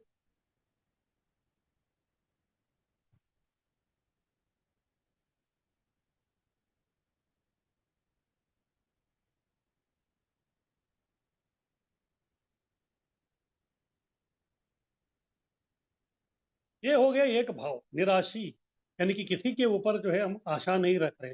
और इतना ही नहीं, निर्ममा, यानी कि जो भी मैं काम कर रहा हूँ या उससे जो भी मिल रहा है वो मेरा नहीं है, उसके ऊपर ममकार नहीं। ऐसी भाव में कर्म करने से दास बन सकते हैं। अगर किसी को दास बनना है तो जो भी दास रहता है या गुलाम रहता है, गुलाम जो भी काम करता है उसके ऊपर अपना दावा नहीं करता, जब कुछ जो है अपने आका के लिए करता है, अपना जो स्वामी है उनके लिए वो करता है। तो इसी प्रकार से जो है भी कृष्ण बोल रहे हैं कि मैं आपके स्वामी हूँ, और मैं बोल रहा हूँ कि जो भी आप काम कर रहे हैं मेरे लिए करना है, आपके लिए नहीं। ये भाव में जो जब वो कर्म करता है निर्ममा, फिर वो दास बन सकता है। और विगत ज्वर, आलस से मुक्त जब तक व्यक्ति नहीं होता तब तक वो कुछ काम ही नहीं करता। इसीलिए बोल रहे कि सबसे पहले तुम आलसी पना छोड़ दो, सबसे पहले कम से कम खड़े तो हो जाओ। उत्तिष्ठ उत्तिष्ठ, कृष्ण बोल रहे, खड़े हो जाओ आप। तथाकथित स्वजनों पर वार न करना, तथाकथित स्वजनों पर वार न करना एक प्रकार का आलसीपना अर्जुन में लेके आ गया है। तो इसलिए उस आलसीपना को उसको निकालने के लिए जो स्वजन है वो तथाकथित है, इस शरीर से संबंधित है। जब पिछले जन्म में उनका जो शरीर लिया था तो वो तो अलग प्रकार के संबंधित है, इसलिए उसे बोल रहे कि इस प्रकार उनके ऊपर जो युद्ध नहीं करने का जो आलसीपना तो आप दिखा रहे हैं, उसको आप छोड़ दो, उससे आप मुक्त हो जाओ। और ऐसे कार्य का परिणाम क्या होगा? अज्ञान से व्यक्ति मुक्त हो जाएगा। यानी कि अर्जुन इस प्रकार का भाव से जब वो सेवा करेगा, काम करेगा, तब जाके वो अज्ञान से मुक्त होगा। अन्यथा जब तक वो अज्ञान में रहेगा, अपने को शरीर समझेगा, अपने को स्वामी समझेगा, अपने लिए ममत्व समझेगा, फिर जो है ये गड़बड़ वाला इसमें वो रहेगा। इसीलिए इस प्रकार का भाव से जब अर्जुन काम करेगा तभी जो है वो अज्ञान से मुक्त हो जाएगा, ज्ञानी बनेगा। और यही जो है भगवत गीता उनको अंत में वही ज्ञानी बना रहे हैं। जब अंत में जब वो ज्ञानी बन जाता है तो फिर आलस्य छोड़ देता है, निर्मम भाव निराशी भाव से जो है अपने स्वजनों के साथ वो युद्ध करता है, फिर बाद में विजयी बन जाता है। तो इसी प्रकार से हमको भी जो है हमारे भी सेवा में जो है कुछ निराशी निर्ममा इस प्रकार का भाव रख के हमको सेवा करना है, और आलसी नहीं दिखाना है, बस अभी प्रभु जी समय नहीं है, ये है वो है, इस प्रकार के बहानेबाजी छोड़ के जो है कृष्ण के संतुष्टि के लिए जब हम करते हैं सेवक के भाव में, तो तब जाके जो है हम भी अज्ञान से मुक्त हो सकते हैं। आगे कीजिए।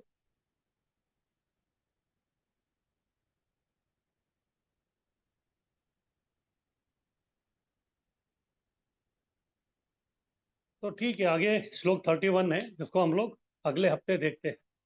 तो ठीक है, सबका बहुत बहुत धन्यवाद। वंशाकल्पतरुभ्यश्च कृपा सिन्धुभ्येव च पतितानां पावनेभ्यो वैष्णवेभ्यो नमो नमः। हरे कृष्ण। हरे हरे कृष्ण कृष्ण प्रभु जी, दंडवत हरे प्रणाम। कृष्णा प्रभु जी, दंडवत दंडवत प्रणाम। प्रणाम हरे प्रभु जी। कृष्णा कोटि कोटि दंडवत प्रणाम प्रभु जी।